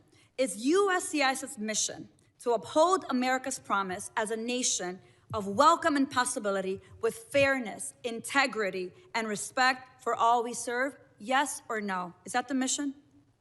Congresswoman, the mission is to administer the lawful immigration system. Okay, so let me move on. So it is not for the possibility of fairness, integrity, and respect. I get that. I want to tell you about Stephen, my constituent, Mr. Edlow. Stephen is a 14-year-old with autism who is seeking asylum. This child has spent 60 days in detention center after he was detained with his dad at a check-in. Let me ask you this. What kind of agency would strip asylum protections from children, even those with pending asylum claims, and deport minors without due process? You don't have to answer that. It's your agency, Mr. Edlow. You are doing that to Stephen, my constituent, an 8th grader. You have abandoned the mission and allowed USCIS to become a tool in DHS's abusive enforcement apparatus, Mr. Edlow. It is shameful to see what USCIS has become. As I've said before, DHS, ICE, and CBP, they're not really rogue. Congress designed DHS to violate our rights under the pretense of securing our safety. I'm gonna say it loud and clear, and I'm proud to stand by what I say. DHS cannot be reformed. It must be dismantled and something new must take its place. Because if we let DHS persist, it will continue to be a weapon that can be pointed at anyone the government considers the public enemy. And let me tell you, fascism always requires a public enemy. But the power of the people is stronger than the weapons they would wield against us. So Mr. Lyons, Mr. Scott, Mr. Edlow, you have weaponized the government. You have supported a fascist enterprise at the expense of our constitutional rights. You have violated the law. But let me remind you, you will not always be in power. One day, you will be held accountable for your role in this dark moment in America, in our nation's history. I guarantee it. And with that, Mr. Chairman, I yield back. Gentlelady yields back. As I said, the issues we're debating here are important, ones that members feel deeply about. While vigorous disagreement is part of the legislative process, members are reminded that we must adhere to established standards of decorum and debate. Witnesses are here today voluntarily, and I will continue to remind members that while oversight is important, aggressively attacking witnesses personally is inappropriate and not in keeping with the best traditions of our committee. And I now recognize the gentleman from Oklahoma, Mr. Burkeen, for 5 minutes of questions. Thank you, Mr. Chairman. Thank you to the witnesses. I want to start with a display over my shoulders. And this is something that is not specific only to Oklahoma. This is something that every member of this committee, if you will go to the DHS website, every constituent of every member of Congress, if you're curious of really the dark days, I want you to go to the DHS website and I want you to look at those not far from where you live, moms and dads, the arrest of illegal aliens who were preying on minors. Just because of a really intentional act by Kate Bryan on my staff to go a couple of weeks ago and look just in eastern Oklahoma, on the right side of me here. Just in eastern Oklahoma, I represent almost all the entirety of eastern Oklahoma. These are just the individuals, heinous acts, to include those with children. And yet I want to read you in a wider, to my left over here, what is happening in the state of Oklahoma. This person was picked up. Angel Nick, sexual exploitation of a minor. Renton Andrew, molestation of a minor. Chan Truding, child fondling. Feliciano Garcia, enticement of a minor. Caetano Lopez, statutory rape. Erasmo Avila, rape and lewd acts with a minor.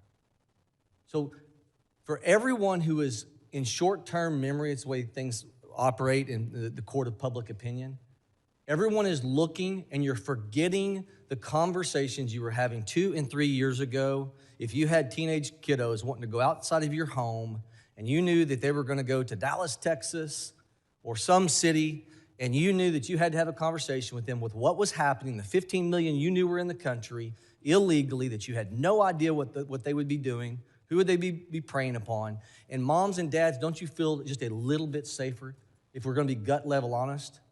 That's the realization of what the generational opportunity this administration has afforded this country. It's the ability to feel safe over the madness of opening the border for that 4-year period that allowed 15 million people. You don't know where they came from. You don't know their background. You don't know their history. And this that is occurring right now is designed to make sure we have law and order in this country. If you do not have law and order, you don't have prosperity. So to all those who are second-guessing the reactionary moments, to the law enforcement who have to respond in real time, the quarterback who's questioned Monday morning because he's facing the 300-pound defensive lineman, it's easy to do that. But law enforcement walks out of their home every day and is faced with life or death questions. And we have to understand they are the ones who are affording us the opportunity for our children to feel safe against these that are in your backyard. It's not just in the north. It's not just in Minneapolis. It's not just in Minnesota. They're in every state in the country. Go to the Department of Homeland Security website and Google your area and look at who's being picked up in your backyard. That's how we recenter this conversation to truth. I want your children protected. I am grateful for this president who wants your children protected and an administration. The same playbook is happening now to create chaos and take your eye off the real goal, which is to secure our communities, to get back to a place of safety. Mr. Lyons, can you describe, because of not allowing these people to stay in jails, these sanctuary cities are letting them go, thousands released from jail because they will not cooperate with ICE. And when ICE tries to execute a detainer, ask them to hold a criminal illegal alien for potential deportation, how is this compared with other non-sanctuary city regions in the country? Sir, it's night and day. With the jurisdictions that we do have cooperation, we're able to take that individual in a safe, secure environment. Not only is it a safe, secure environment for the officers and agents, but it's also for the individual and the community, because we only need 1 to 2 officers to make that arrest, where now we're historically 5 or 6, we need up to 15. From what you've seen in terms of protests in Minnesota and elsewhere, do you get the sense these agitators are trying to provoke your agents into reactions? Yes, sir. Can you expound upon that? We've seen multiple times, and unfortunately, we saw like the shooting in Dallas, where agitated groups use apps to identify the location of ICE officers, sometimes prior to even the law enforcement action begins, and sometimes using those apps put the officers and as well as other federal agencies and local agencies with them in danger, because it exposes the fact of where a law enforcement operation is happening. Mr. Scott, can you describe how the 300,000 children, the UACs, unaccompanied minors, that we're trying to find them, how these protests are stopping us from being able to recover those? Gentleman will respond in writing to that question. I now recognize the gentleman from New York, Mr. Kennedy, for 5 minutes. Thank you. Mr. Lyons, your written testimony today does not make one single mention of Renee Nicole Good or Alex Preddy. Not one. 2 American citizens have been murdered at the hands of your agency, and you have deliberately chosen under oath before Congress to ignore these tragedies. And so today, in my 5 minutes, I look forward to getting the American people some answers and some accountability that I believe they deserve. Mr. Lyons, I have some simple yes or no questions. Do you believe the U.S. Constitution provides due process for everyone in this country? Yes. Do you believe American citizens have the right to protest freely without being assaulted or killed by our government? Yes. Do you believe there should be an independent investigation when an innocent person is killed by a law enforcement agency in this country? Yes. Do you believe your agency has a legal obligation to follow court orders? Yes. Well, Mr. Lyons, you have a very strange way of showing it, with a federal judge finding that your agency is in violation of 96 orders in 1 month alone, and that's just Minneapolis, Minnesota.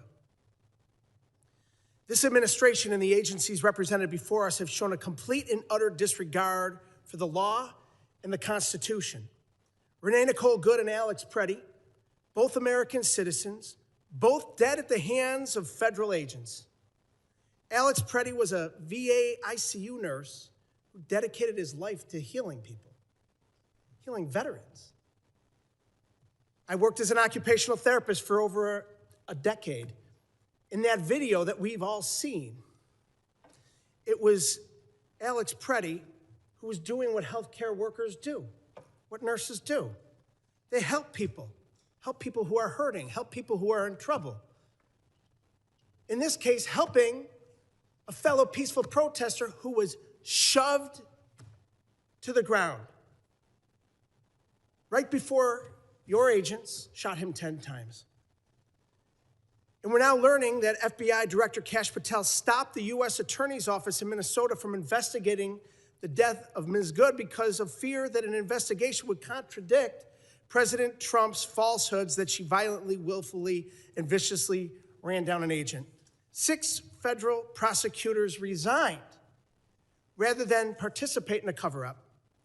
Kristi Noem, Stephen Miller, and you, Mr. Lyons, have appointed yourselves judge, jury, and executioner, allowing American citizens to be gunned down in our streets with impunity. We all know the president is a liar.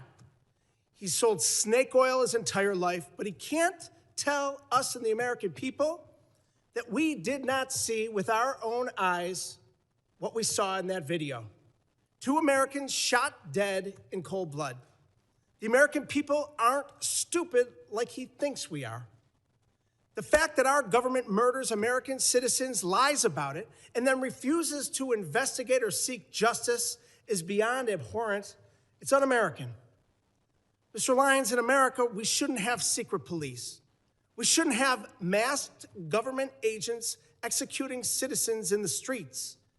The Constitution does not give your agency the right to hide their faces while they kill Americans. Will you commit, yes or no, to immediately unmasking every agent conducting immigration enforcement and requiring them to wear standard uniforms with identifiable badges? No. Well, it's a sad response. Your answer is completely unacceptable. People who are proud of what they do aren't hiding their identity. We're a nation of laws, and you, your boss, Secretary Noem, and Donald Trump are not above the law. The American people are angry, and they're demanding accountability and justice from those giving the orders. Mr. Lyons, yes or no, do you believe that Secretary Noem should resign? I'm not going to comment on that, sir. So you're going to look the families of Renee Nicole Good and Alex Preddy in the eye and tell them Secretary Noem should keep her job after their loved ones were killed? Sir, the loss of any life is unacceptable. In the heart, my heart, prayers and thoughts go out to anyone who tragically losing his life, especially a child, since I've suffered personal loss in my life. But I'm not going to comment on an ongoing investigation. Well, Mr. Lyons, the American people are watching. Your unwillingness to demand accountability from your own leadership speaks volumes. 2 American citizens Gentleman's are dead. time is expired. The American people deserve Gentleman's accountability. time is expired. Members are reminded that we must adhere to established standards of decorum in debate. It is a clear violation of the rules of the House to make statements that might be personally offensive to the President or the Vice President of the United States. I now recognize the gentlelady from South Carolina, Ms. Biggs, for 5 minutes of questions. Thank you, Chairman Garbarino, and thank you to our witnesses. A big thank you for what you do each and every day to secure our border and to carry out the will of the American people. You know, this Trump administration and the CBP and ICE, they've done a stellar job of securing our border. And we can just look at the numbers. They tell the facts. Crossings are down from a high of over 300,000 a month under President Biden to around 10,000 a month under President Trump. However, the lax border policies of the Democrats have flooded our country with tens of millions of illegal immigrants. This invasion was facilitated by sanctuary cities. Most cities will hand over criminal aliens with a deportation order to ICE, but sanctuary cities refuse to do so, often releasing them back into the public around our communities, our children, and making it unsafe. Cities like Minneapolis pick and choose which laws they want to enforce, and by doing that, they place our federal law enforcement in danger, forcing ICE agents to make arrests out in public, something that could be avoided if sanctuary cities simply cooperated with the federal law. At the same time, radical leftists have stirred hysteria over routine immigration enforcement, calling immigration officers the secret police and even the Gestapo. Let me be very clear. This rhetoric has consequences. Between 2024 and 2025, we saw a more than 16,000% increase in threats of assault against immigration officers, and over 8,000% spike in death threats targeting those who enforce our laws. In Minnesota alone, there have been over 60 threats and 20 assaults to ICE officers. Just think about that if you were going to work every day and had to deal with that. Sanctuary cities, they choose criminals over citizens. My bill, the Mobilizing Against Sanctuary Cities Act, would cut off every single federal dollar to any city that helps illegals instead of law enforcement. Mr. Lyons, my question is to you. Why should taxpayers fund far-left politicians who put your agents at risk? Ma'am, unfortunately, what we've seen over and over is just the fact that there's so much rhetoric out there against the work the men and women of ICE have done. Again, going back in my career, this is my second decade, multiple administrations, and it's never been like this. And the actual public safety impact that the men and women of ICE do every day is significant, and it should still be true for all 50 states. Thank you. So I want to take it a little closer to home. What's happening in my district, the 3rd District of South Carolina, it should alarm every single individual. These are real crimes committed by individuals illegally in our country, right here in our communities, confirmed by the Department of Homeland Security. We heard a little bit from my colleagues earlier. So let me just give you a few of the worst. Vehicular homicide, child cruelty and indecent exposure, armed robbery, assaulting a police officer with a weapon, and making terrorist threats. And I could go on and on. We're also seeing convictions for drug trafficking, burglary, forgery, repeated illegal re-entry, and more. And this is what I consider chaos. And it's the direct result of open border policies that put American lives at risk. But amid all of this, we're seeing true heroes step up.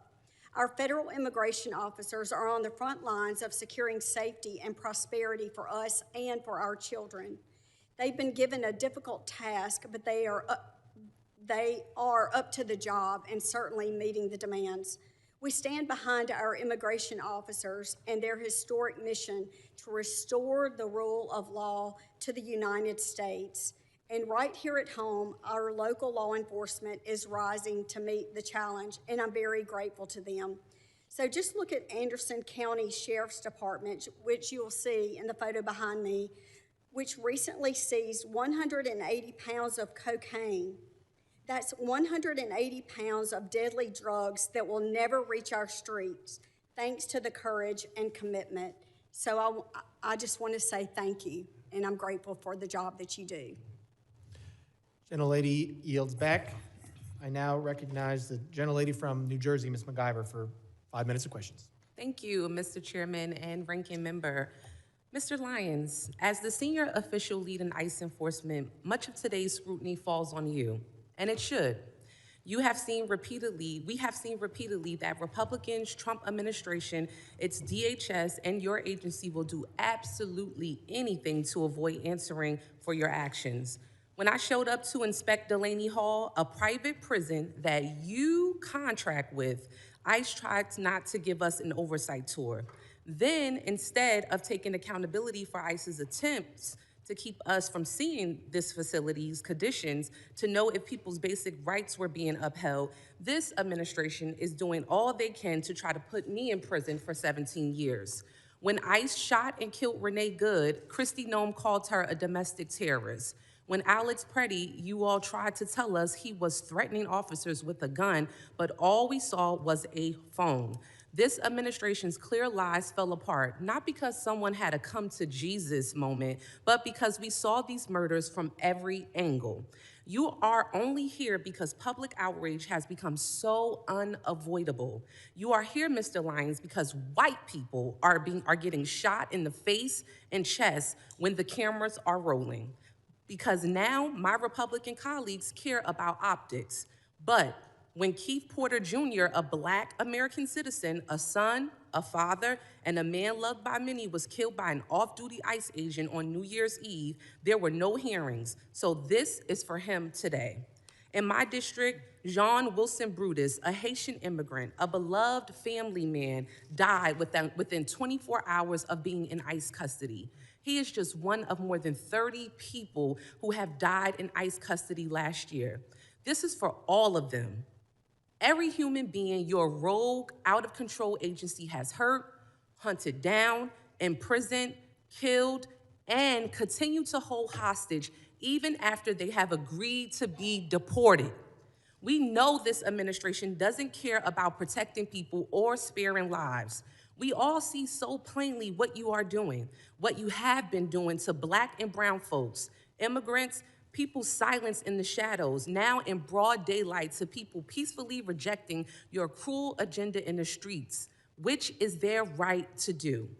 This is the despicable but predictable result of an agency that laughs at oversight, receives billions to deploy lethal force on our neighborhoods, and seems to believe that they are above the law and should be without accountability. This administration believes it can act first, explain later, or hell, never explain at all, as we see here today. You all seem to think you are the highest power who decides which people deserve dignity, protection, due process, but you are wrong.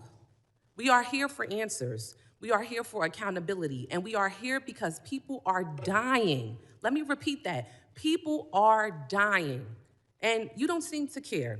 So, Mr. Lyons, I've heard my colleagues ask many questions over and over again, and you cannot answer them. So let me ask you some questions that you may be able to answer. Mr. Lyons, do you consider yourself a religious man? Yes, ma'am. Oh, yes. Okay, well, how do you think Judgment Day will work for you with so much blood on your hands? I'm not going to entertain that question. Oh, okay, of course not. Do you think you're going to hell, Mr. Lyons? I'm not going to entertain. Of course not. How many government The gentlelady will agencies- suspend. The How many- gentlelady will suspend. Chairman? A gentlelady will suspend. As I said, the issues we're debating here are important to ones that members feel deeply about. Thank you, While Chairman. vigorous disagreement is part of the legislative process, members are reminded that we must adhere to established standards of decorum and debate. The witnesses are here voluntarily, and I will continue to remind members that while oversight is important, aggressively attacking those witnesses personally is inappropriate and not in keeping with the traditions of our committee. Mr. Chairman, I'm just asking a question. You guys are always talking about religion here in the Bible. I mean, it's okay for me to ask a question, right? But let me continue on. I got your note. All right, the gentlelady may resume. Thank you so much. Let me get back to my question, Mr. Chairman. Thank you. I appreciate you. How many government agencies, Mr. Lyons, are you aware of that routinely kill American citizens and you still get funding? Ma'am, I'm not going to entertain that. I'd Of much rather course talk you're about not. the criminal aliens in your Exactly. district than Exactly. talk Once about again, that. questions that you cannot answer. And that is exactly why, Mr. Chairman, and to this committee, to my colleagues, and to my colleagues across the aisle, this is exactly why we should not be funding this agency. The people are watching you. They are watching you. And this is why we need to abolish ICE. With that, I yield back. Thank you kindly. Gentlelady yields back. I now recognize a gentleman from Colorado, Mr. Evans, for 5 minutes of questions. Thank you, Mr. Chairman, Ranking Member, for this important hearing. This past year has been historic for national security thanks to the joint work between the agencies present today and our Republican colleagues. The Big Beautiful Bill unlocked billions of dollars to finally secure the border and deliver much-needed support for law enforcement officials who keep us safe every day, slashing things like the scourge of overdose deaths that claimed approximately 400,000 lives under the previous administration, and this is despite increasing violence against federal officers, which has been inspired by fear-mongering from the Democrats.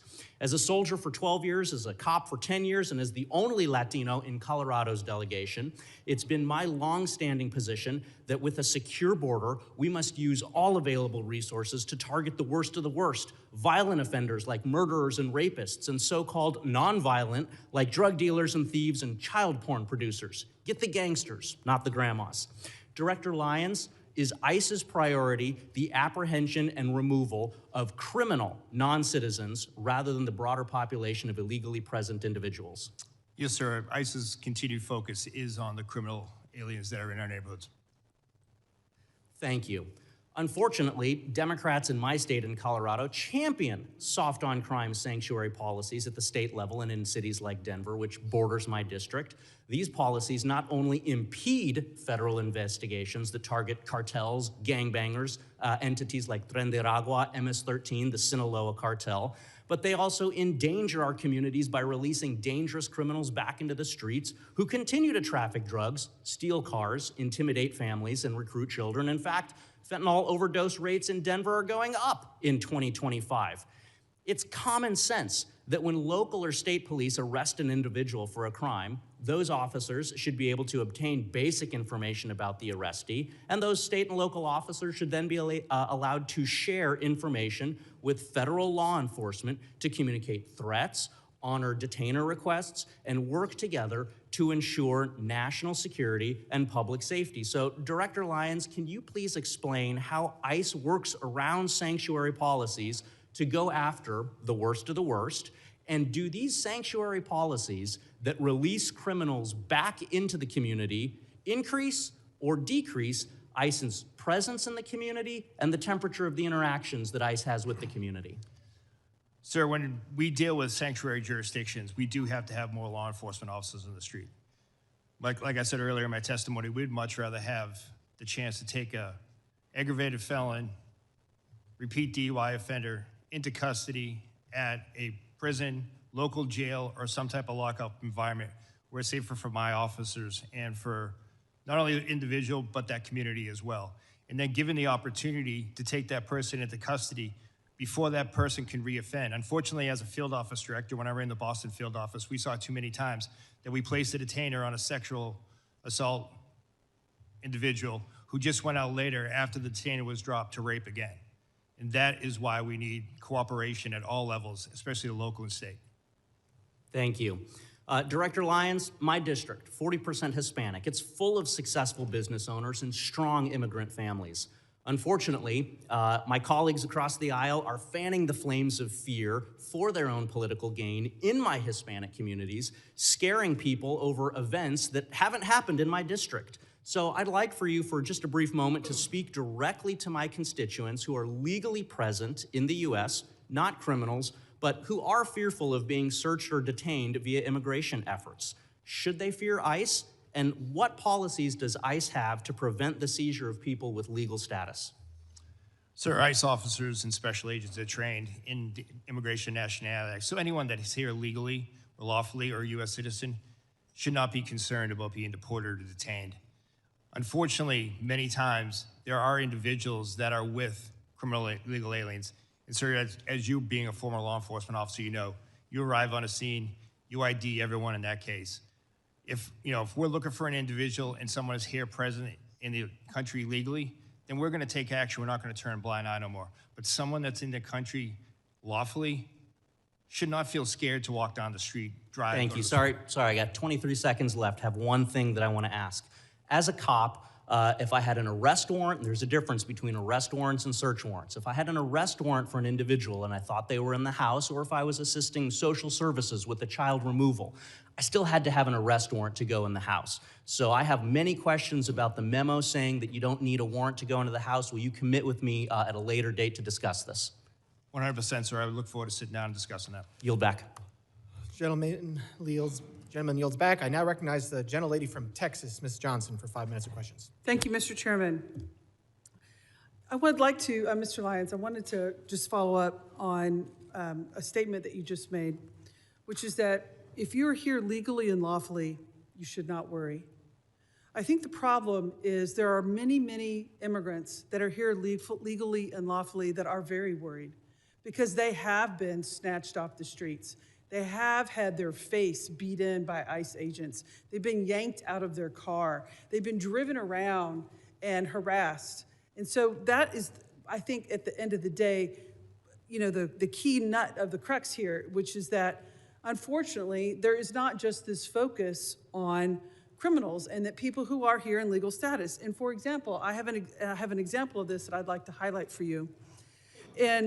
Back in October, Maher Tarabishi, a North Texas resident who was allowed to be in this country legally and was under a supervision order to check in on an annual basis since 2008, and did that because he had an adult disabled son. And so he was here working as an IT consultant and was here in legal process to take care of his adult legal son. He went to check into his appointment. It so happened to be at the time that the Dallas ICE office was closed due to the shooting. And so he was not able to check in.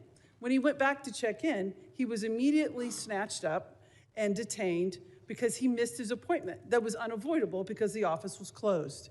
He told everyone here was he in legal status. He had been here since 2008. And he had an adult disabled son that would likely pass away if he was not released. He was not released. His son died.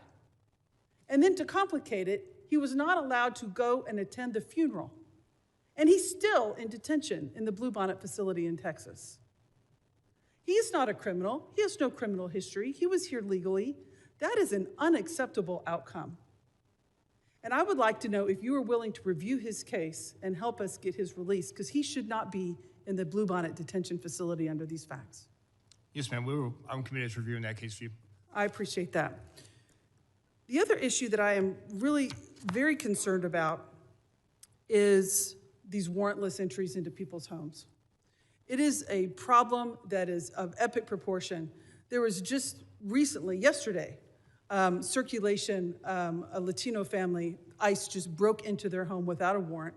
And there was an example where they arrested a man in his pajamas who had every right to be here as a U.S. citizen, but wrongfully snatched out in the freezing cold without a warrant to do so.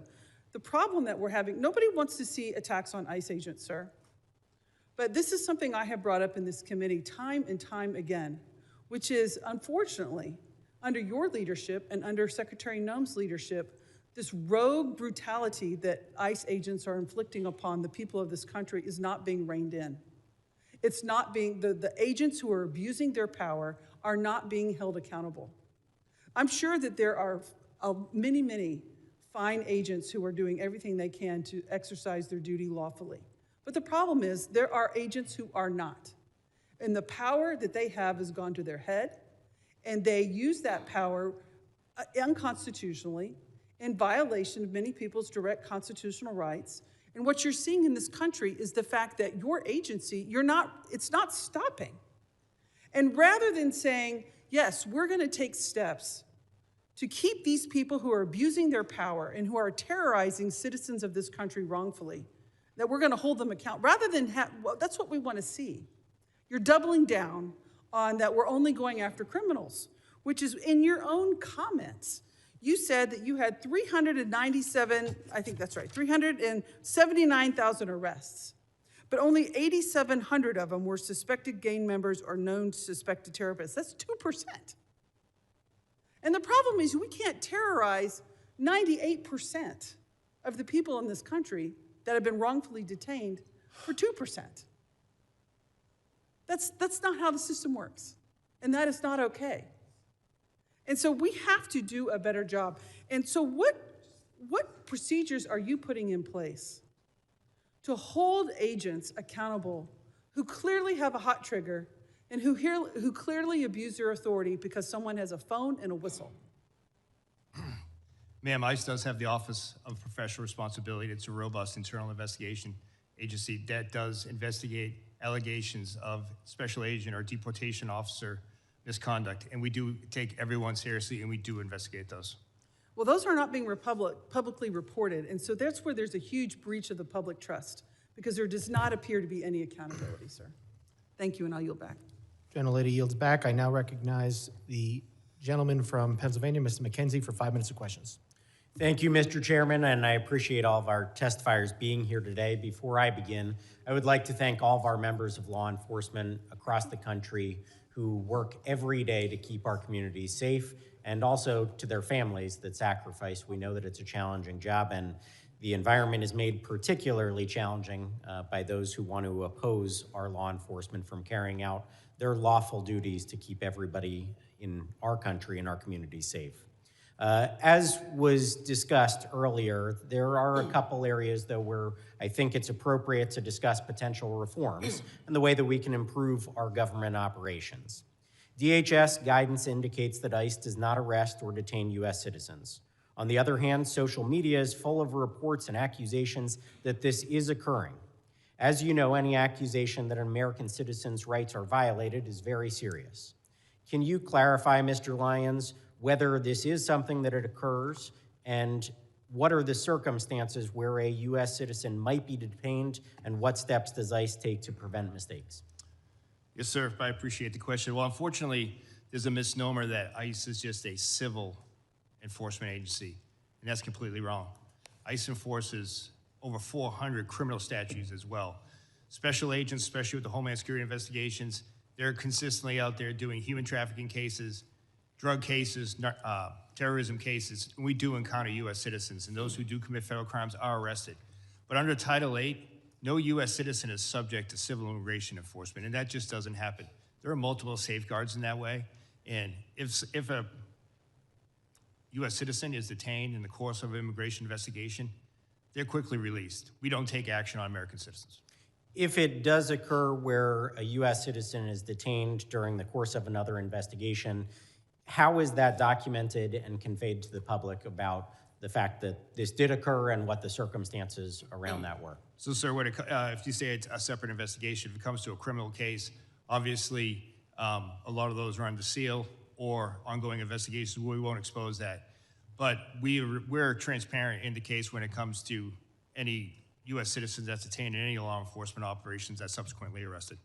I appreciate that. I think greater transparency could be beneficial for both the American public and everybody involved here if we clearly articulate what occurred in many of these instances. I've seen it myself when I'm looking into local issues in our community. There are oftentimes two sides to the story, and when it is actually conveyed what did occur and why it occurred, there's a greater understanding in our local community of the law enforcement activities that occurred. The second thing I would like to hit on is jurisdictions, which are sometimes referred to sanctuary cities. Not a clear definition, as we all know, but local authorities in our community. We have Northampton County, which does not honor ICE detainer requests for 48 hours and properly convey to ICE and law enforcement about the release of that individual, when that may occur, or even during that detainer period, allow ICE to come onto their property to make an arrest in a secure facility. Obviously, that leaves our community in a vulnerable position. In our case, members of Tren de Aragua, domestic abusers, have been released onto the street, and ICE had to stake out that location, making the arrests in an unsecure way out in the local community. From your perspective, how does this dynamic affect public safety and day-to-day operations, and where or how can we change and improve the coordination between ICE and state and local partners? Thank you, sir, again. And what I would say is just very basic communication would go a long way for public safety. You know, ICE respects and abides by state and municipality laws where sometimes you can't hold for any reasons. But a simple phone call to let us know that that individual is going to be released, or if that individual is released, sharing that biographical data with us will go a long way.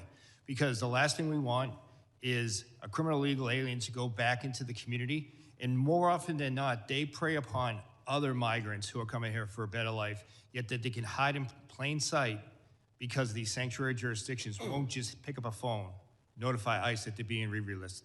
Well, I appreciate that. I think we want full cooperation between our local law enforcement and federal agents when they are trying to do their job. If somebody is on a detainer, they should be allowed onto that property, given the ability within that detainer window to make a lawful arrest. I think it would go a long way to keeping our community safe. I would like to thank all of you again for being here. The fact that you are here and present for this kind of testimony, I think, brings greater accountability and increases the ability for us to make reforms in Congress. Thank you again. Gentleman yields back. I now recognize the gentlelady from New Jersey, Ms. Poe, for 5 minutes of questions. Thank you, Mr. Chairman, and to our ranking member, Thompson. Gentlemen, thank you so very much for being here. Let me just be clear. Secretary No must step down or be impeached by the House, period. The lawlessness, the cruelty, the outright viciousness that she has created has destroyed an agency whose very mission is to protect our country. Under Noam's leadership, congressional oversight is ignored, detention visits are blocked, due process is ignored, and laws are broken without thought. This is the first time any of you have testified before our committee. It took 2 American citizens being murdered in cold blood to get you to show up. ICE raids schools, churches, and hospitals. And let's not forget 5-year-old Liam Ramos. You used him as a bait and then detained him despite his father legally seeking asylum. Liam is the face of your cruelty.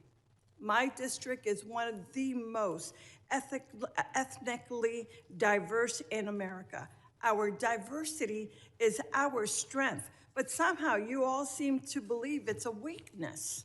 Last fall, the Supreme Court greenlit ICE's ability to yank people off the street based on one thing, such as, quote, the type of work one does, speaking Spanish or speaking with an accent, and their apparent race or ethnicity. Mr. Lyons, I speak Spanish. If I wasn't wearing my member pin, would me being a Latina or speaking Spanish be enough for ICE agents to harass me or shove me into one of your unmarked cars? No, ma'am. I speak for all of us when I say that I think we know the real answer to this. These are the realities traumatizing my constituents. We know that ICE is transferring New Jersey detainees to other states like Texas, ripping them from their families and leaving them unable to challenge their detention. Mr. ICE, yes or no? I'm sorry, Mr. Lyons. Yes or no? Will you provide us with a list of people ICE has transferred from New Jersey to other states so that I can inform their families where they are? Yes, ma'am. These are people like my constituent, Lee Cordilla, whose ICE shipped to Texas and continues to detain despite two judicial orders compelling her release.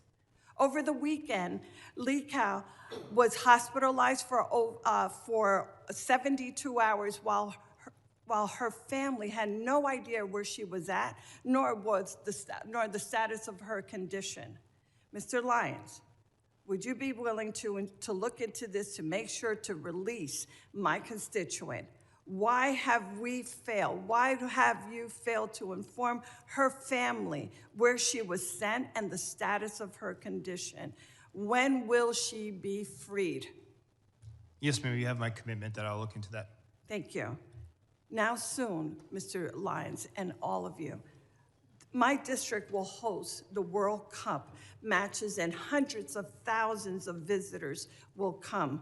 Visitors' confidence is plummeting and jeopardizing the World Cup.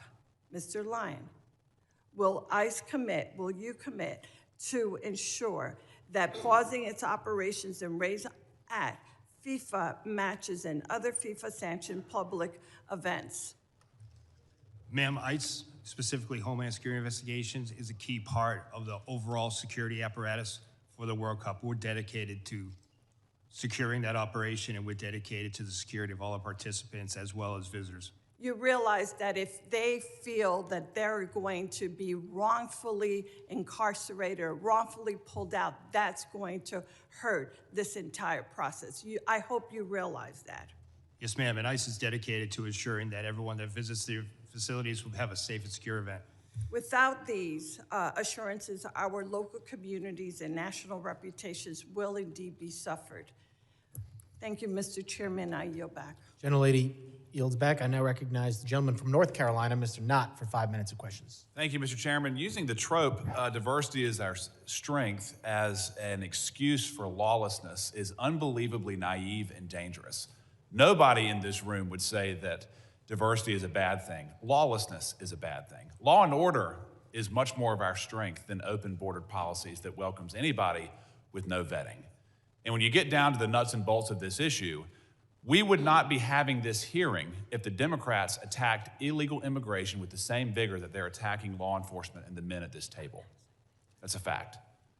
And it's worth noting that the dishonesty in framing these issues has been unbelievably obvious, it's been consistent, and just as an anecdote, Mr. Lyons, was Liam used as bait by your agency?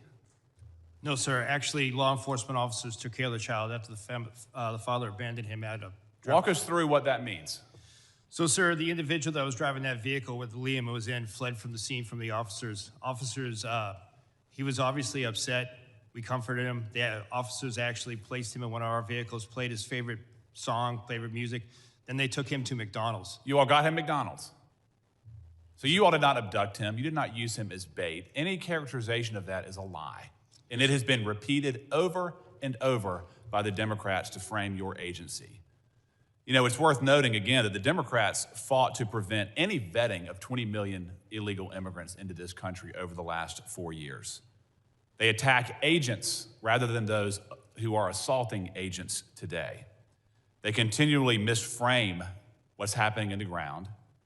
They continually malign the law enforcement officers who are providing legal structure to otherwise lawless landscapes in this country. And it's worth noting that there have been roughly 2 million people in the country who have been removed in the last year, some voluntarily, and then some by forced deportations. We've heard roughly about 25 cases of alleged abuse. Some of them, as I just pointed out, are dishonestly framed. But let's do a favor to the Democratic side. Let's increase that number by 1,000 times. 25,000 cases of alleged abuse or improper protocols. We are still operating at roughly 99% proficiency. Given the scale of the problem, the scale of the solution that you all are operating under, your agents are doing a remarkable job, and I thank you. But one issue that I want to talk about is this idea of sanctuary policies. Sanctuary policies is not just a passive relinquishing effort. It's an active obstruction. Isn't that true, Mr. Lyons?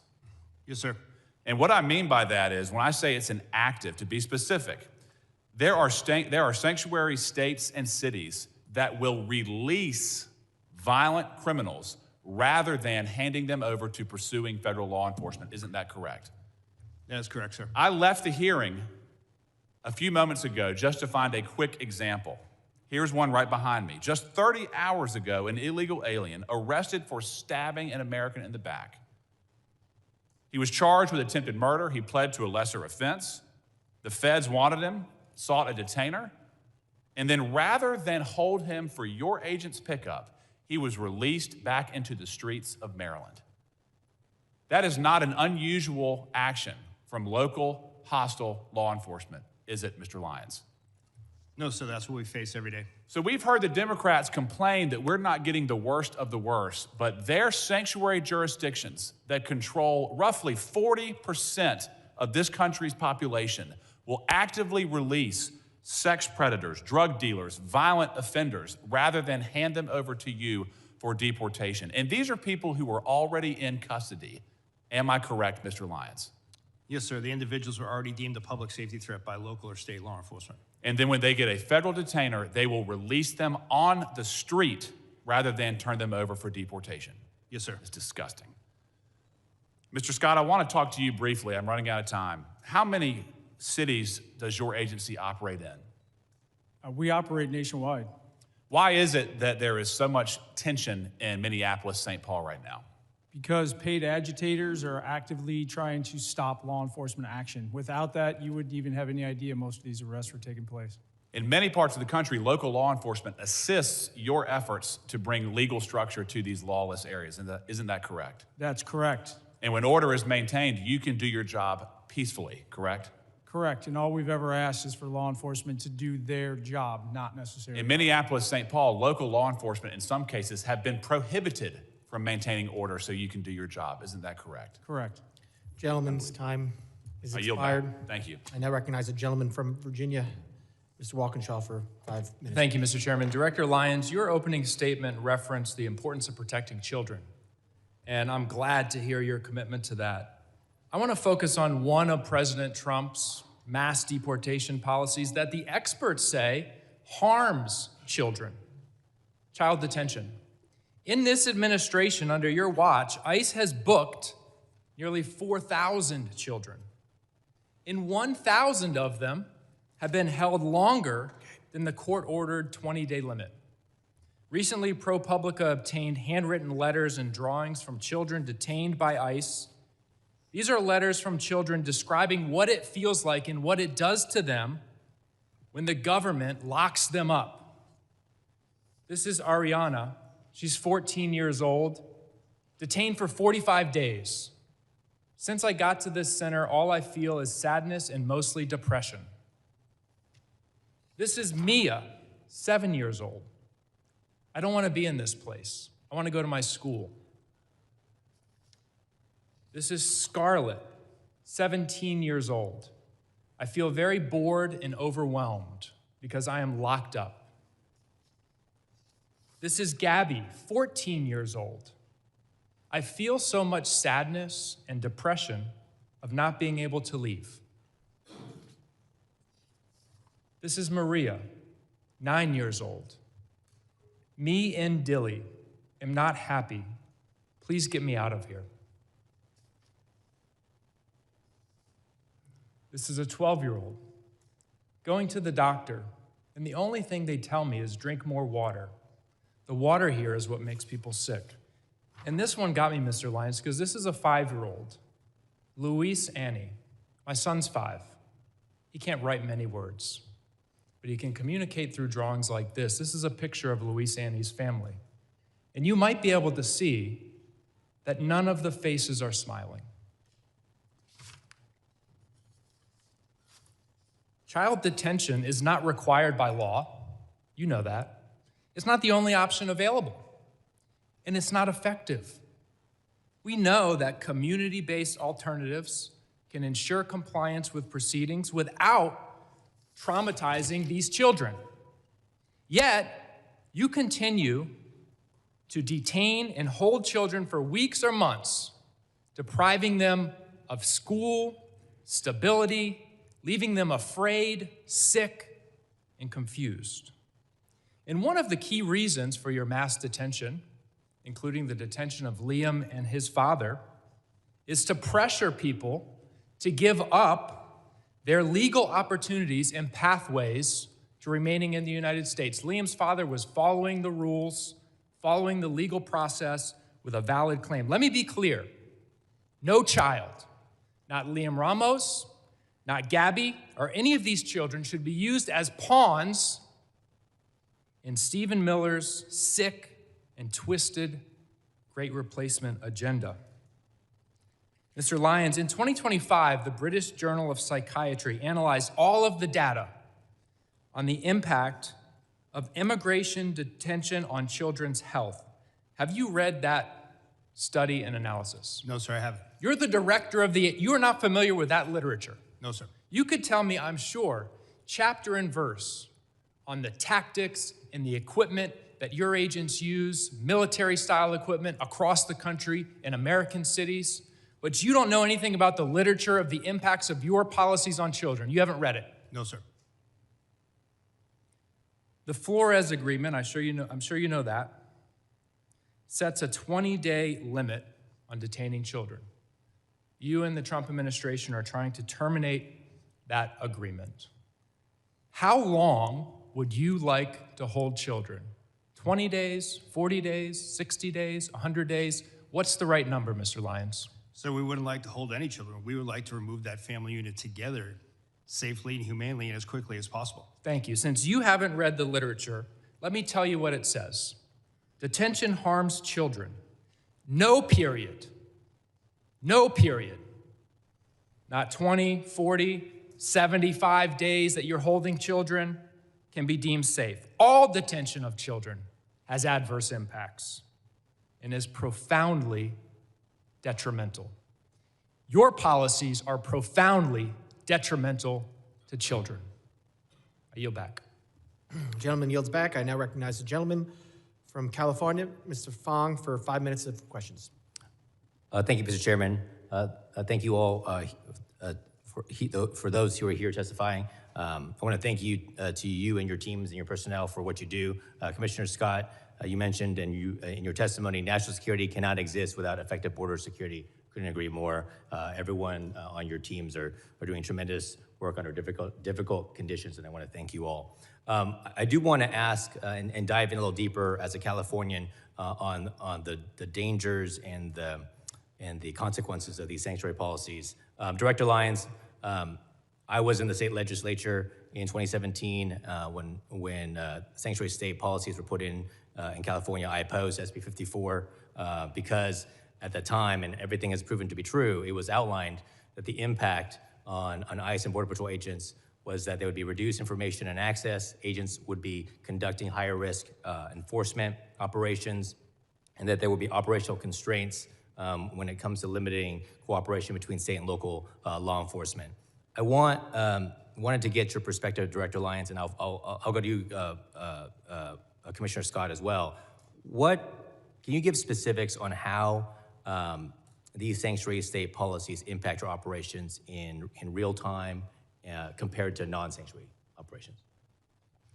Well, sir, for ICE, what I would I'll refer back to what we talked about earlier in my testimony, the fact that when state or local or county agencies don't cooperate with Immigration and Customs Enforcement, it forces us to go back out to the community, which we don't want to do. It also increases the number of assets we have to put towards that arrest. Like I said earlier, I would much rather send 1 or 2 agents or officers to make that arrest in a safe, secure location rather than being out in the street. It's safer for everyone involved. And before I go to you, Commissioner Scott, and answer, I just want to let everyone know, in California, and I think it was just reported a couple days ago, there were currently 33,179 illegal aliens in the custody of California jurisdictions with active detainers. The crimes of these aliens include 399 homicides, 3,313 assaults, 3,171 burglaries, 1,011 robberies, 8,380 dangerous drug offenses, 1,984 weapon offenses, and 1,293 sexual predatory offenses. These are the real-world consequences, isn't that right, Commissioner Scott? When we don't have cooperation, they're released into the community? Those are exactly the consequences. And I would just add, California specific, they went above and beyond everybody else. I mean, in a negative way. They prohibited state and locals when they saw a crime taking place in front of them from sharing that information with us. San Diego, for example, right after that law was passed, a highway patrol pulled over a U-Haul van, and it was a smuggling event, probably a human trafficking event. A Border Patrol agent just happened to roll up on it and found out, luckily. But that highway patrol was disciplined and actually investigated internally, and that sent a chilling effect across the entire state of California, that not only can you not actively help us, you couldn't even pass information to us in a normal course of duties. Border security law enforcement's a team sport. We need to be working together, not against each other. Now, can you explain what would have happened, and I think you alluded to it, but what would have happened prior to that if there was local and state coordination with federal law enforcement? On a daily basis, especially along the southwest border, and let's not forget, and the coast, because we have boats coming in, when a state or local agency would see illegal activity that they could take action on, and then they saw a federal crime, they would contact us. It happened all the time, and that completely ceased to exist when SB 54 was passed. And these crimes, of course, as you mentioned before, if you go into specifics, I mean, this is trafficking, both humans and drugs. This is rape, assaults. I mean, anything. You're telling me that if any of those crimes occurred, if right now in California, if someone witnessed it, if a state law enforcement or local law enforcement witnessed these crimes being committed, they could not notify you. They have some felony exceptions, but in most cases, you don't know until you start asking questions if it's just a smuggling event or a human trafficking event. Until you actually pop the trunk of the vehicle or the back of the car, you don't know what commodity is back there, if it's people or something else. It put a chilling effect beyond the actual written language on any kind of cooperation in the state. Well, I want to thank you for that. Yes, there were some exceptions when it comes to felonies, but someone who lives in California and was there for the discussion and debate, everything we warned about when it came to sanctuary state policies and the consequences to our community and the consequences to public safety, they have come true. And that is sad and unfortunate, and we need to undo those policies. So I want to thank you all for your leadership and testimony and your work. Thank you, and Mr. Chairman, I'll yield back. Gentleman yields back. I now recognize the gentleman from Louisiana, Mr. Carter, for 5 minutes of questions. Mr. Chairman, thank you very much. And to our witnesses, thank you for being here. What we've heard today and seen play out in the streets of this nation for the past year, straight out of the Trump administration's fascist playbook. Cheat, murder, lie about it, practice the art of mass distraction. The American people are not happy about this. This administration's officials are sitting before us. 2 people are dead. I understand that there's an investigation and you cannot go into the details about that. But there certainly appears to be no shame on the part of these officials who've undoubtedly watched some of your officers conduct themselves in ways that I know you don't condone. Not as law-abiding people, right? So I gotta give you the benefit of doubt. And I can't understand why you show no shame, no contrition, no remorse for the human lives that have been lost, or for the trampling of the Constitution and the tearing apart of the moral fiber of our nation. They think, apparently, you think, apparently, you've been coached, apparently, you've been called out of the room with a forced break to be told to be more aggressive, to push back against questions. The American people saw that happen. The American people watched as you all looked at each other. Oh, I didn't ask for a break. And clearly you were called in the back to be coached. A halftime locker room pep talk. This isn't a game. These are people's lives. We should all be, you should be, your officers should be held accountable that no one is above the law. No one can evade the Constitution. No person can evade what is right, even though you think that Donald Trump will protect you, and maybe he will for now. But there will be a time that you have to answer these questions. And while you have worked on many administrations, and it's been asked, you worked on different administrations, what's different? I'll tell you what's different. The approach of how you conduct it, your search and seizure. The reason there were so many others and there were not riots was because people were not being trampled. You had trained officers who knew the art of de-escalation. They understood the rule of law. They understood the Constitution. Yet now we continue to hear lies. Last year, I took members of Congress on an oversight visit to ICE facility. We were told certain things that turned out to be patent lies. They told us things that we witnessed within moments of being there to not be true, yet we continue to hear you and some of my colleagues suggest, don't believe your eyes, don't believe your ears, just trust us. Well, the American people can see. And this notion that Democrats don't want enforcement, those are talking points that are wrong. We want rapists and murderers off the street. We want the bad, the worst of the worst, to be arrested and to be deported if they aren't supposed to be here. What we don't want is citizens running down the street being chased by ICE agents, people being shot on the streets by rogue officers who are in fact American citizens. What we don't want is to see people like Ms. Good or Mr. Pretty simply doing what we often say, if you see something, say something. We don't want to see people dying on the streets. So let me ask you a quick question. Mr. Lyons, has ICE ever detained an American citizen such as they are not free to leave, whether it is on the sidewalk, the street, or thrown into the back of an ICE vehicle because they looked or sounded a certain way, even though they said they were American citizens? Yes or no, quickly, I only get 38 seconds. No, sir. That's never happened before. That we've arrested one? No, sir. We've detained individuals to verify identity, but we haven't arrested or deported. No, sir. Detain, arrest. Check it out. It's yes, sir. The same thing. Right. All right. What does an undocumented person look like or sound like? Does it look like Mr. Garbarino? Does it look like me? Could look like anyone, sir. Okay, well, how are you training your people? Because you've said and others have said, if they sound a certain way, they look a certain way, we're going to stop them. That was quoted by your people. What do you say to that? Sir, what I say is that ICE does criminal targeted enforcement based on intelligence, and we don't use the color of skin or accents for that. So the person who said that was wrong? Yes? We'll let the gentleman get that answer in writing. His time has expired. We will now recognize the gentleman from Tennessee, Mr. Van Epps, for 5 minutes of questions. Thank you, Mr. Chairman, for holding this hearing and to our witnesses for testifying today. I want to commend the job the Trump administration and you gentlemen are doing to secure the border, enforce federal immigration laws, and keep dangerous criminals off our streets. Under President Biden, we saw unprecedented levels of illegal immigration, and many of those who came across the border were connected to transnational criminal organizations and have continued to commit crimes while in the United States. Despite doing everything they could to secure our borders, our brave CBP officers and Border Patrol agents were undermined at every turn by the Biden-Harris administration. Yet under President Trump, CBP, Border Patrol, and ICE have been empowered to do their job and fulfill their mission.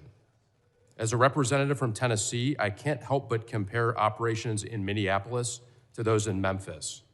Federal law enforcement operations in Memphis have been successful by every standard and metric, with Memphis State Task Force arresting over 6,000 people. And while immigration enforcement isn't a stated goal of this task force, there is no question that it is also taking place. The successful operations are due in large part to the outstanding leadership of Governor Lee, who has worked closely with federal partners. Over the last year, the Trump administration has arrested numerous gang members, pedophiles, and drug traffickers in Memphis, with little fanfare or interference from activists. As a result of this cooperation, murders in Memphis are down by 47% since President Trump took office, and overall violent crime is down by 30%. In May of last year, ICE enforcement and removal operations worked with Tennessee Highway Patrol and DHS components to successfully arrest 196 criminal illegal aliens across the greater Nashville area. I am grateful for the role the members of the Tennessee Highway Patrol played in that operation, and their cooperation has made my district significantly safer. Since then, over 56 partnering agencies are working together alongside ICE to keep Tennesseans safe. ICE has carefully highlighted the worst of the worst criminal aliens it has arrested. Today, I will be entering into the record nearly 120 illegal aliens that have been arrested in Nashville, with rap sheets ranging from identity theft to drug smuggling, larceny to arson, and robbery to rape. Federal agents are executing their mission to defend American citizens and protect our communities. The major challenge we've seen in Minneapolis and similar cities are directly caused by sanctuary city policies and the refusal of local leaders to enforce the law, preventing local law enforcement from working with ICE. This leaves ICE and others unsupported, having to manage protesters and domestic friction in addition to their actual mission of enforcing immigration law. Local law enforcement is crucial to facilitate the mission. Director Lyons, contrast ICE's experience in Minneapolis with other cities around the country, including Memphis and others, that have agreements to work with ICE. What can successful partnerships with local law enforcement and other partners look like? Sir, thank you. I would say that Memphis is a prime example, and I have to give credit to the U.S. Marshal Service that's leading that operation. Homeland Security investigation agents are out there every day with the men and women of Tennessee Highway Patrol, Memphis Police Department, and the reduction in crime has been significant. But if you look across the country, almost in every state, we do have cooperative jurisdictions. If you look at Texas, we have outstanding cooperation. You don't see any riots or anything like that. You see side-by-side law enforcement working together as it would be. If you look at the state of Florida, state of Oklahoma, state of Louisiana, all across the nation, we do have that. And what it is public safety. Thank you. Next, I want to commend the Trump administration for locking down our southern border. A year ago, it was a highway for illegal aliens and illicit materials. Today, it is secure and closed. Commissioner Scott, as Congress and the Trump administration enabled DHS to secure the southern border, how are cartels and other criminal organizations adapting to effective border enforcement? They're going to continue to push back. I think some of it is in these protests, because if we can shut down interior enforcement, that allows them to basically market their goods, if you will, to smuggle people in. And they need those people to be distractions, because without it, they have to start digging million-dollar tunnels. Without it, they have to spend a bunch of money on drones, which we're countering. Without it, they have to go out into the ocean where they stick out like a sore thumb, and we're increasing our radars on the West Coast and increasing our air coverage. Basically, it affects their bottom line, and it makes it harder and harder for them to bring their poison and anybody that wants to threaten this country that's willing to pay them here. Thank you. Mr. Chairman, I move to submit for the record a list of DHS worst of the worst in Tennessee, 3 quotes from Tennessee's 7 sheriffs supporting ICE, and 5 news articles germane to the hearing in Tennessee.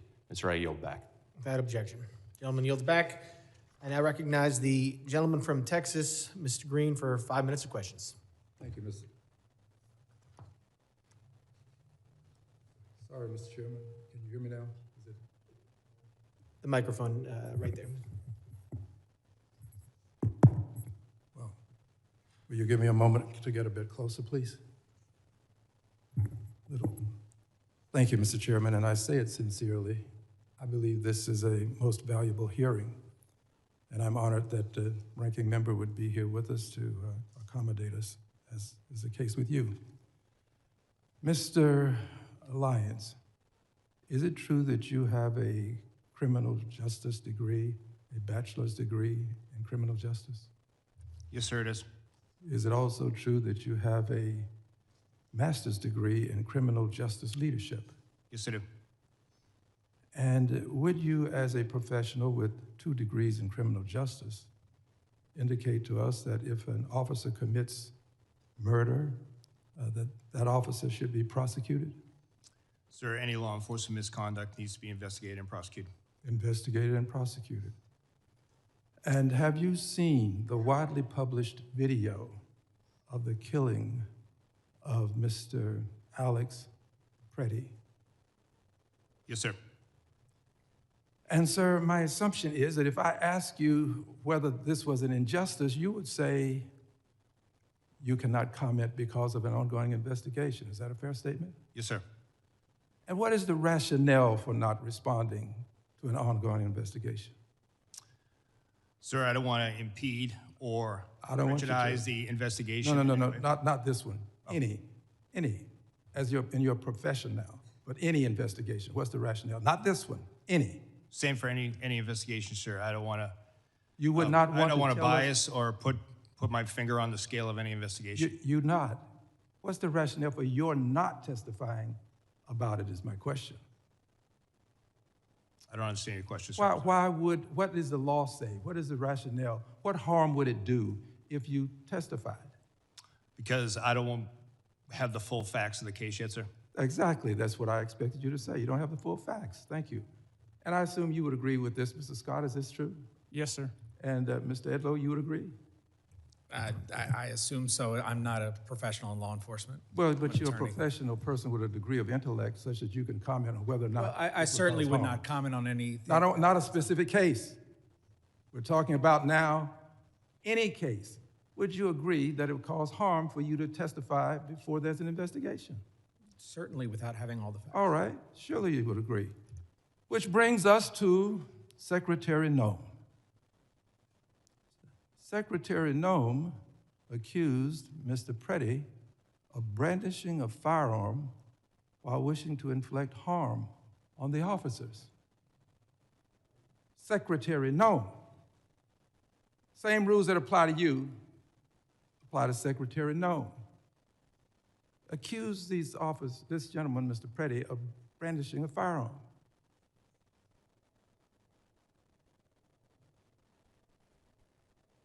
Secretary Noem doing this when she did without an investigation. We have to agree that there's not been an investigation. I don't think I have to ask you that. Not a complete investigation that we know of anyway. She did it right afterwards. Having done this, she is violating this very basic principle that you have called to our attention today. And we have to ask ourselves, why would she go so far as to say brandishing when he did not? The video will clearly show it. And she said wishing to inflict harm. Did not inflict any harm. But the secretary, without an investigation, made these comments. I'll tell you why. The secretary was in a rush to cover up, to make sure that she was protecting the officers without regard for the life that was lost. And in doing this,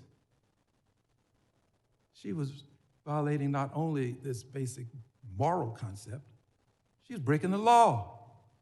The secretary should be investigated right along with those officers who are out there engaged in this ungodly conduct. She should be investigated. And in my opinion, based upon my observation, Secretary should not only be investigated, the Secretary should be prosecuted right along with those officers. This man did not brandish. This man was not armed. This man did not attempt to hurt those officers. They should all be prosecuted. And you persons associated with the Trump Gentleman's administration time say lock her up. I say lock her up. Gentleman's time has expired. I now recognize the ranking member for UCIS. That's correct, Mr. Chair. Mr. Chairman, I ask unanimous consent to insert two statements for the record. One submitted by the Refugee Council USA and the other from the Baptist Joint Committee on Religious Liberty. Without objection. Mr. Chairman, on behalf of Ms. Ramirez, I ask unanimous consent to include in the record three articles. One, a Chicago Sun-Times article describing how U.S. Border Patrol has separated a family. Number two, an ABC 7 Chicago article that describes how ISIS warrantless arrests in Chicago has been ruled unlawful by a federal judge. And third, a ProPublica article documenting how immigration agents are using banned chokeholds and other moves that can cut off breathing. Without objection. Mr. Chairman, I ask unanimous consent to insert in the record the following articles. A CBS News article that states that contrary to the administration's claim, only 14% of those arrested by ICE had violent criminal records. An NPR story about a DHS memo that says ICE can enter people's home without a judicial warrant, which has alarmed members on both sides of the aisle. An article from the Marshall Project that alleges that there are thousands of kids in detention, many for longer than the court-prescribed limit. An article from the Independent about a sick 5-year-old, Lame Ramos, asking for his mom in a detention center, which rebuts testimony we heard today that ICE was taking good care of him. A report from the Center for Election Innovation and Research updated this month that found that non-citizen voting is rare and allegations of the practice are a result of misunderstandings or fabrication. An article from the AP, which highlights that federal authorities are monitoring and tracking individuals who criticize immigration enforcement operation. A report from the Brennan Center titled, ICE Wants to Go After the Sinners as Well as Immigrants. A report from The Guardian that describes the terrible condition in ICE facilities and that ICE denied urgent medical care to a 10-year-old. Without objection. I want to thank, Gentleman kneels back. I want to thank the members, or the witnesses for being here tonight, and all the members for their questions. Members of the committee may have some additional questions for the witnesses, and we ask that the witnesses to respond to these in writing. Pursuant to Committee Rule 7E, the hearing record will be held open for 10 days. I want to let the audience know that please still be seated while the witnesses and their teams leave. Without objection, this committee stands adjourned.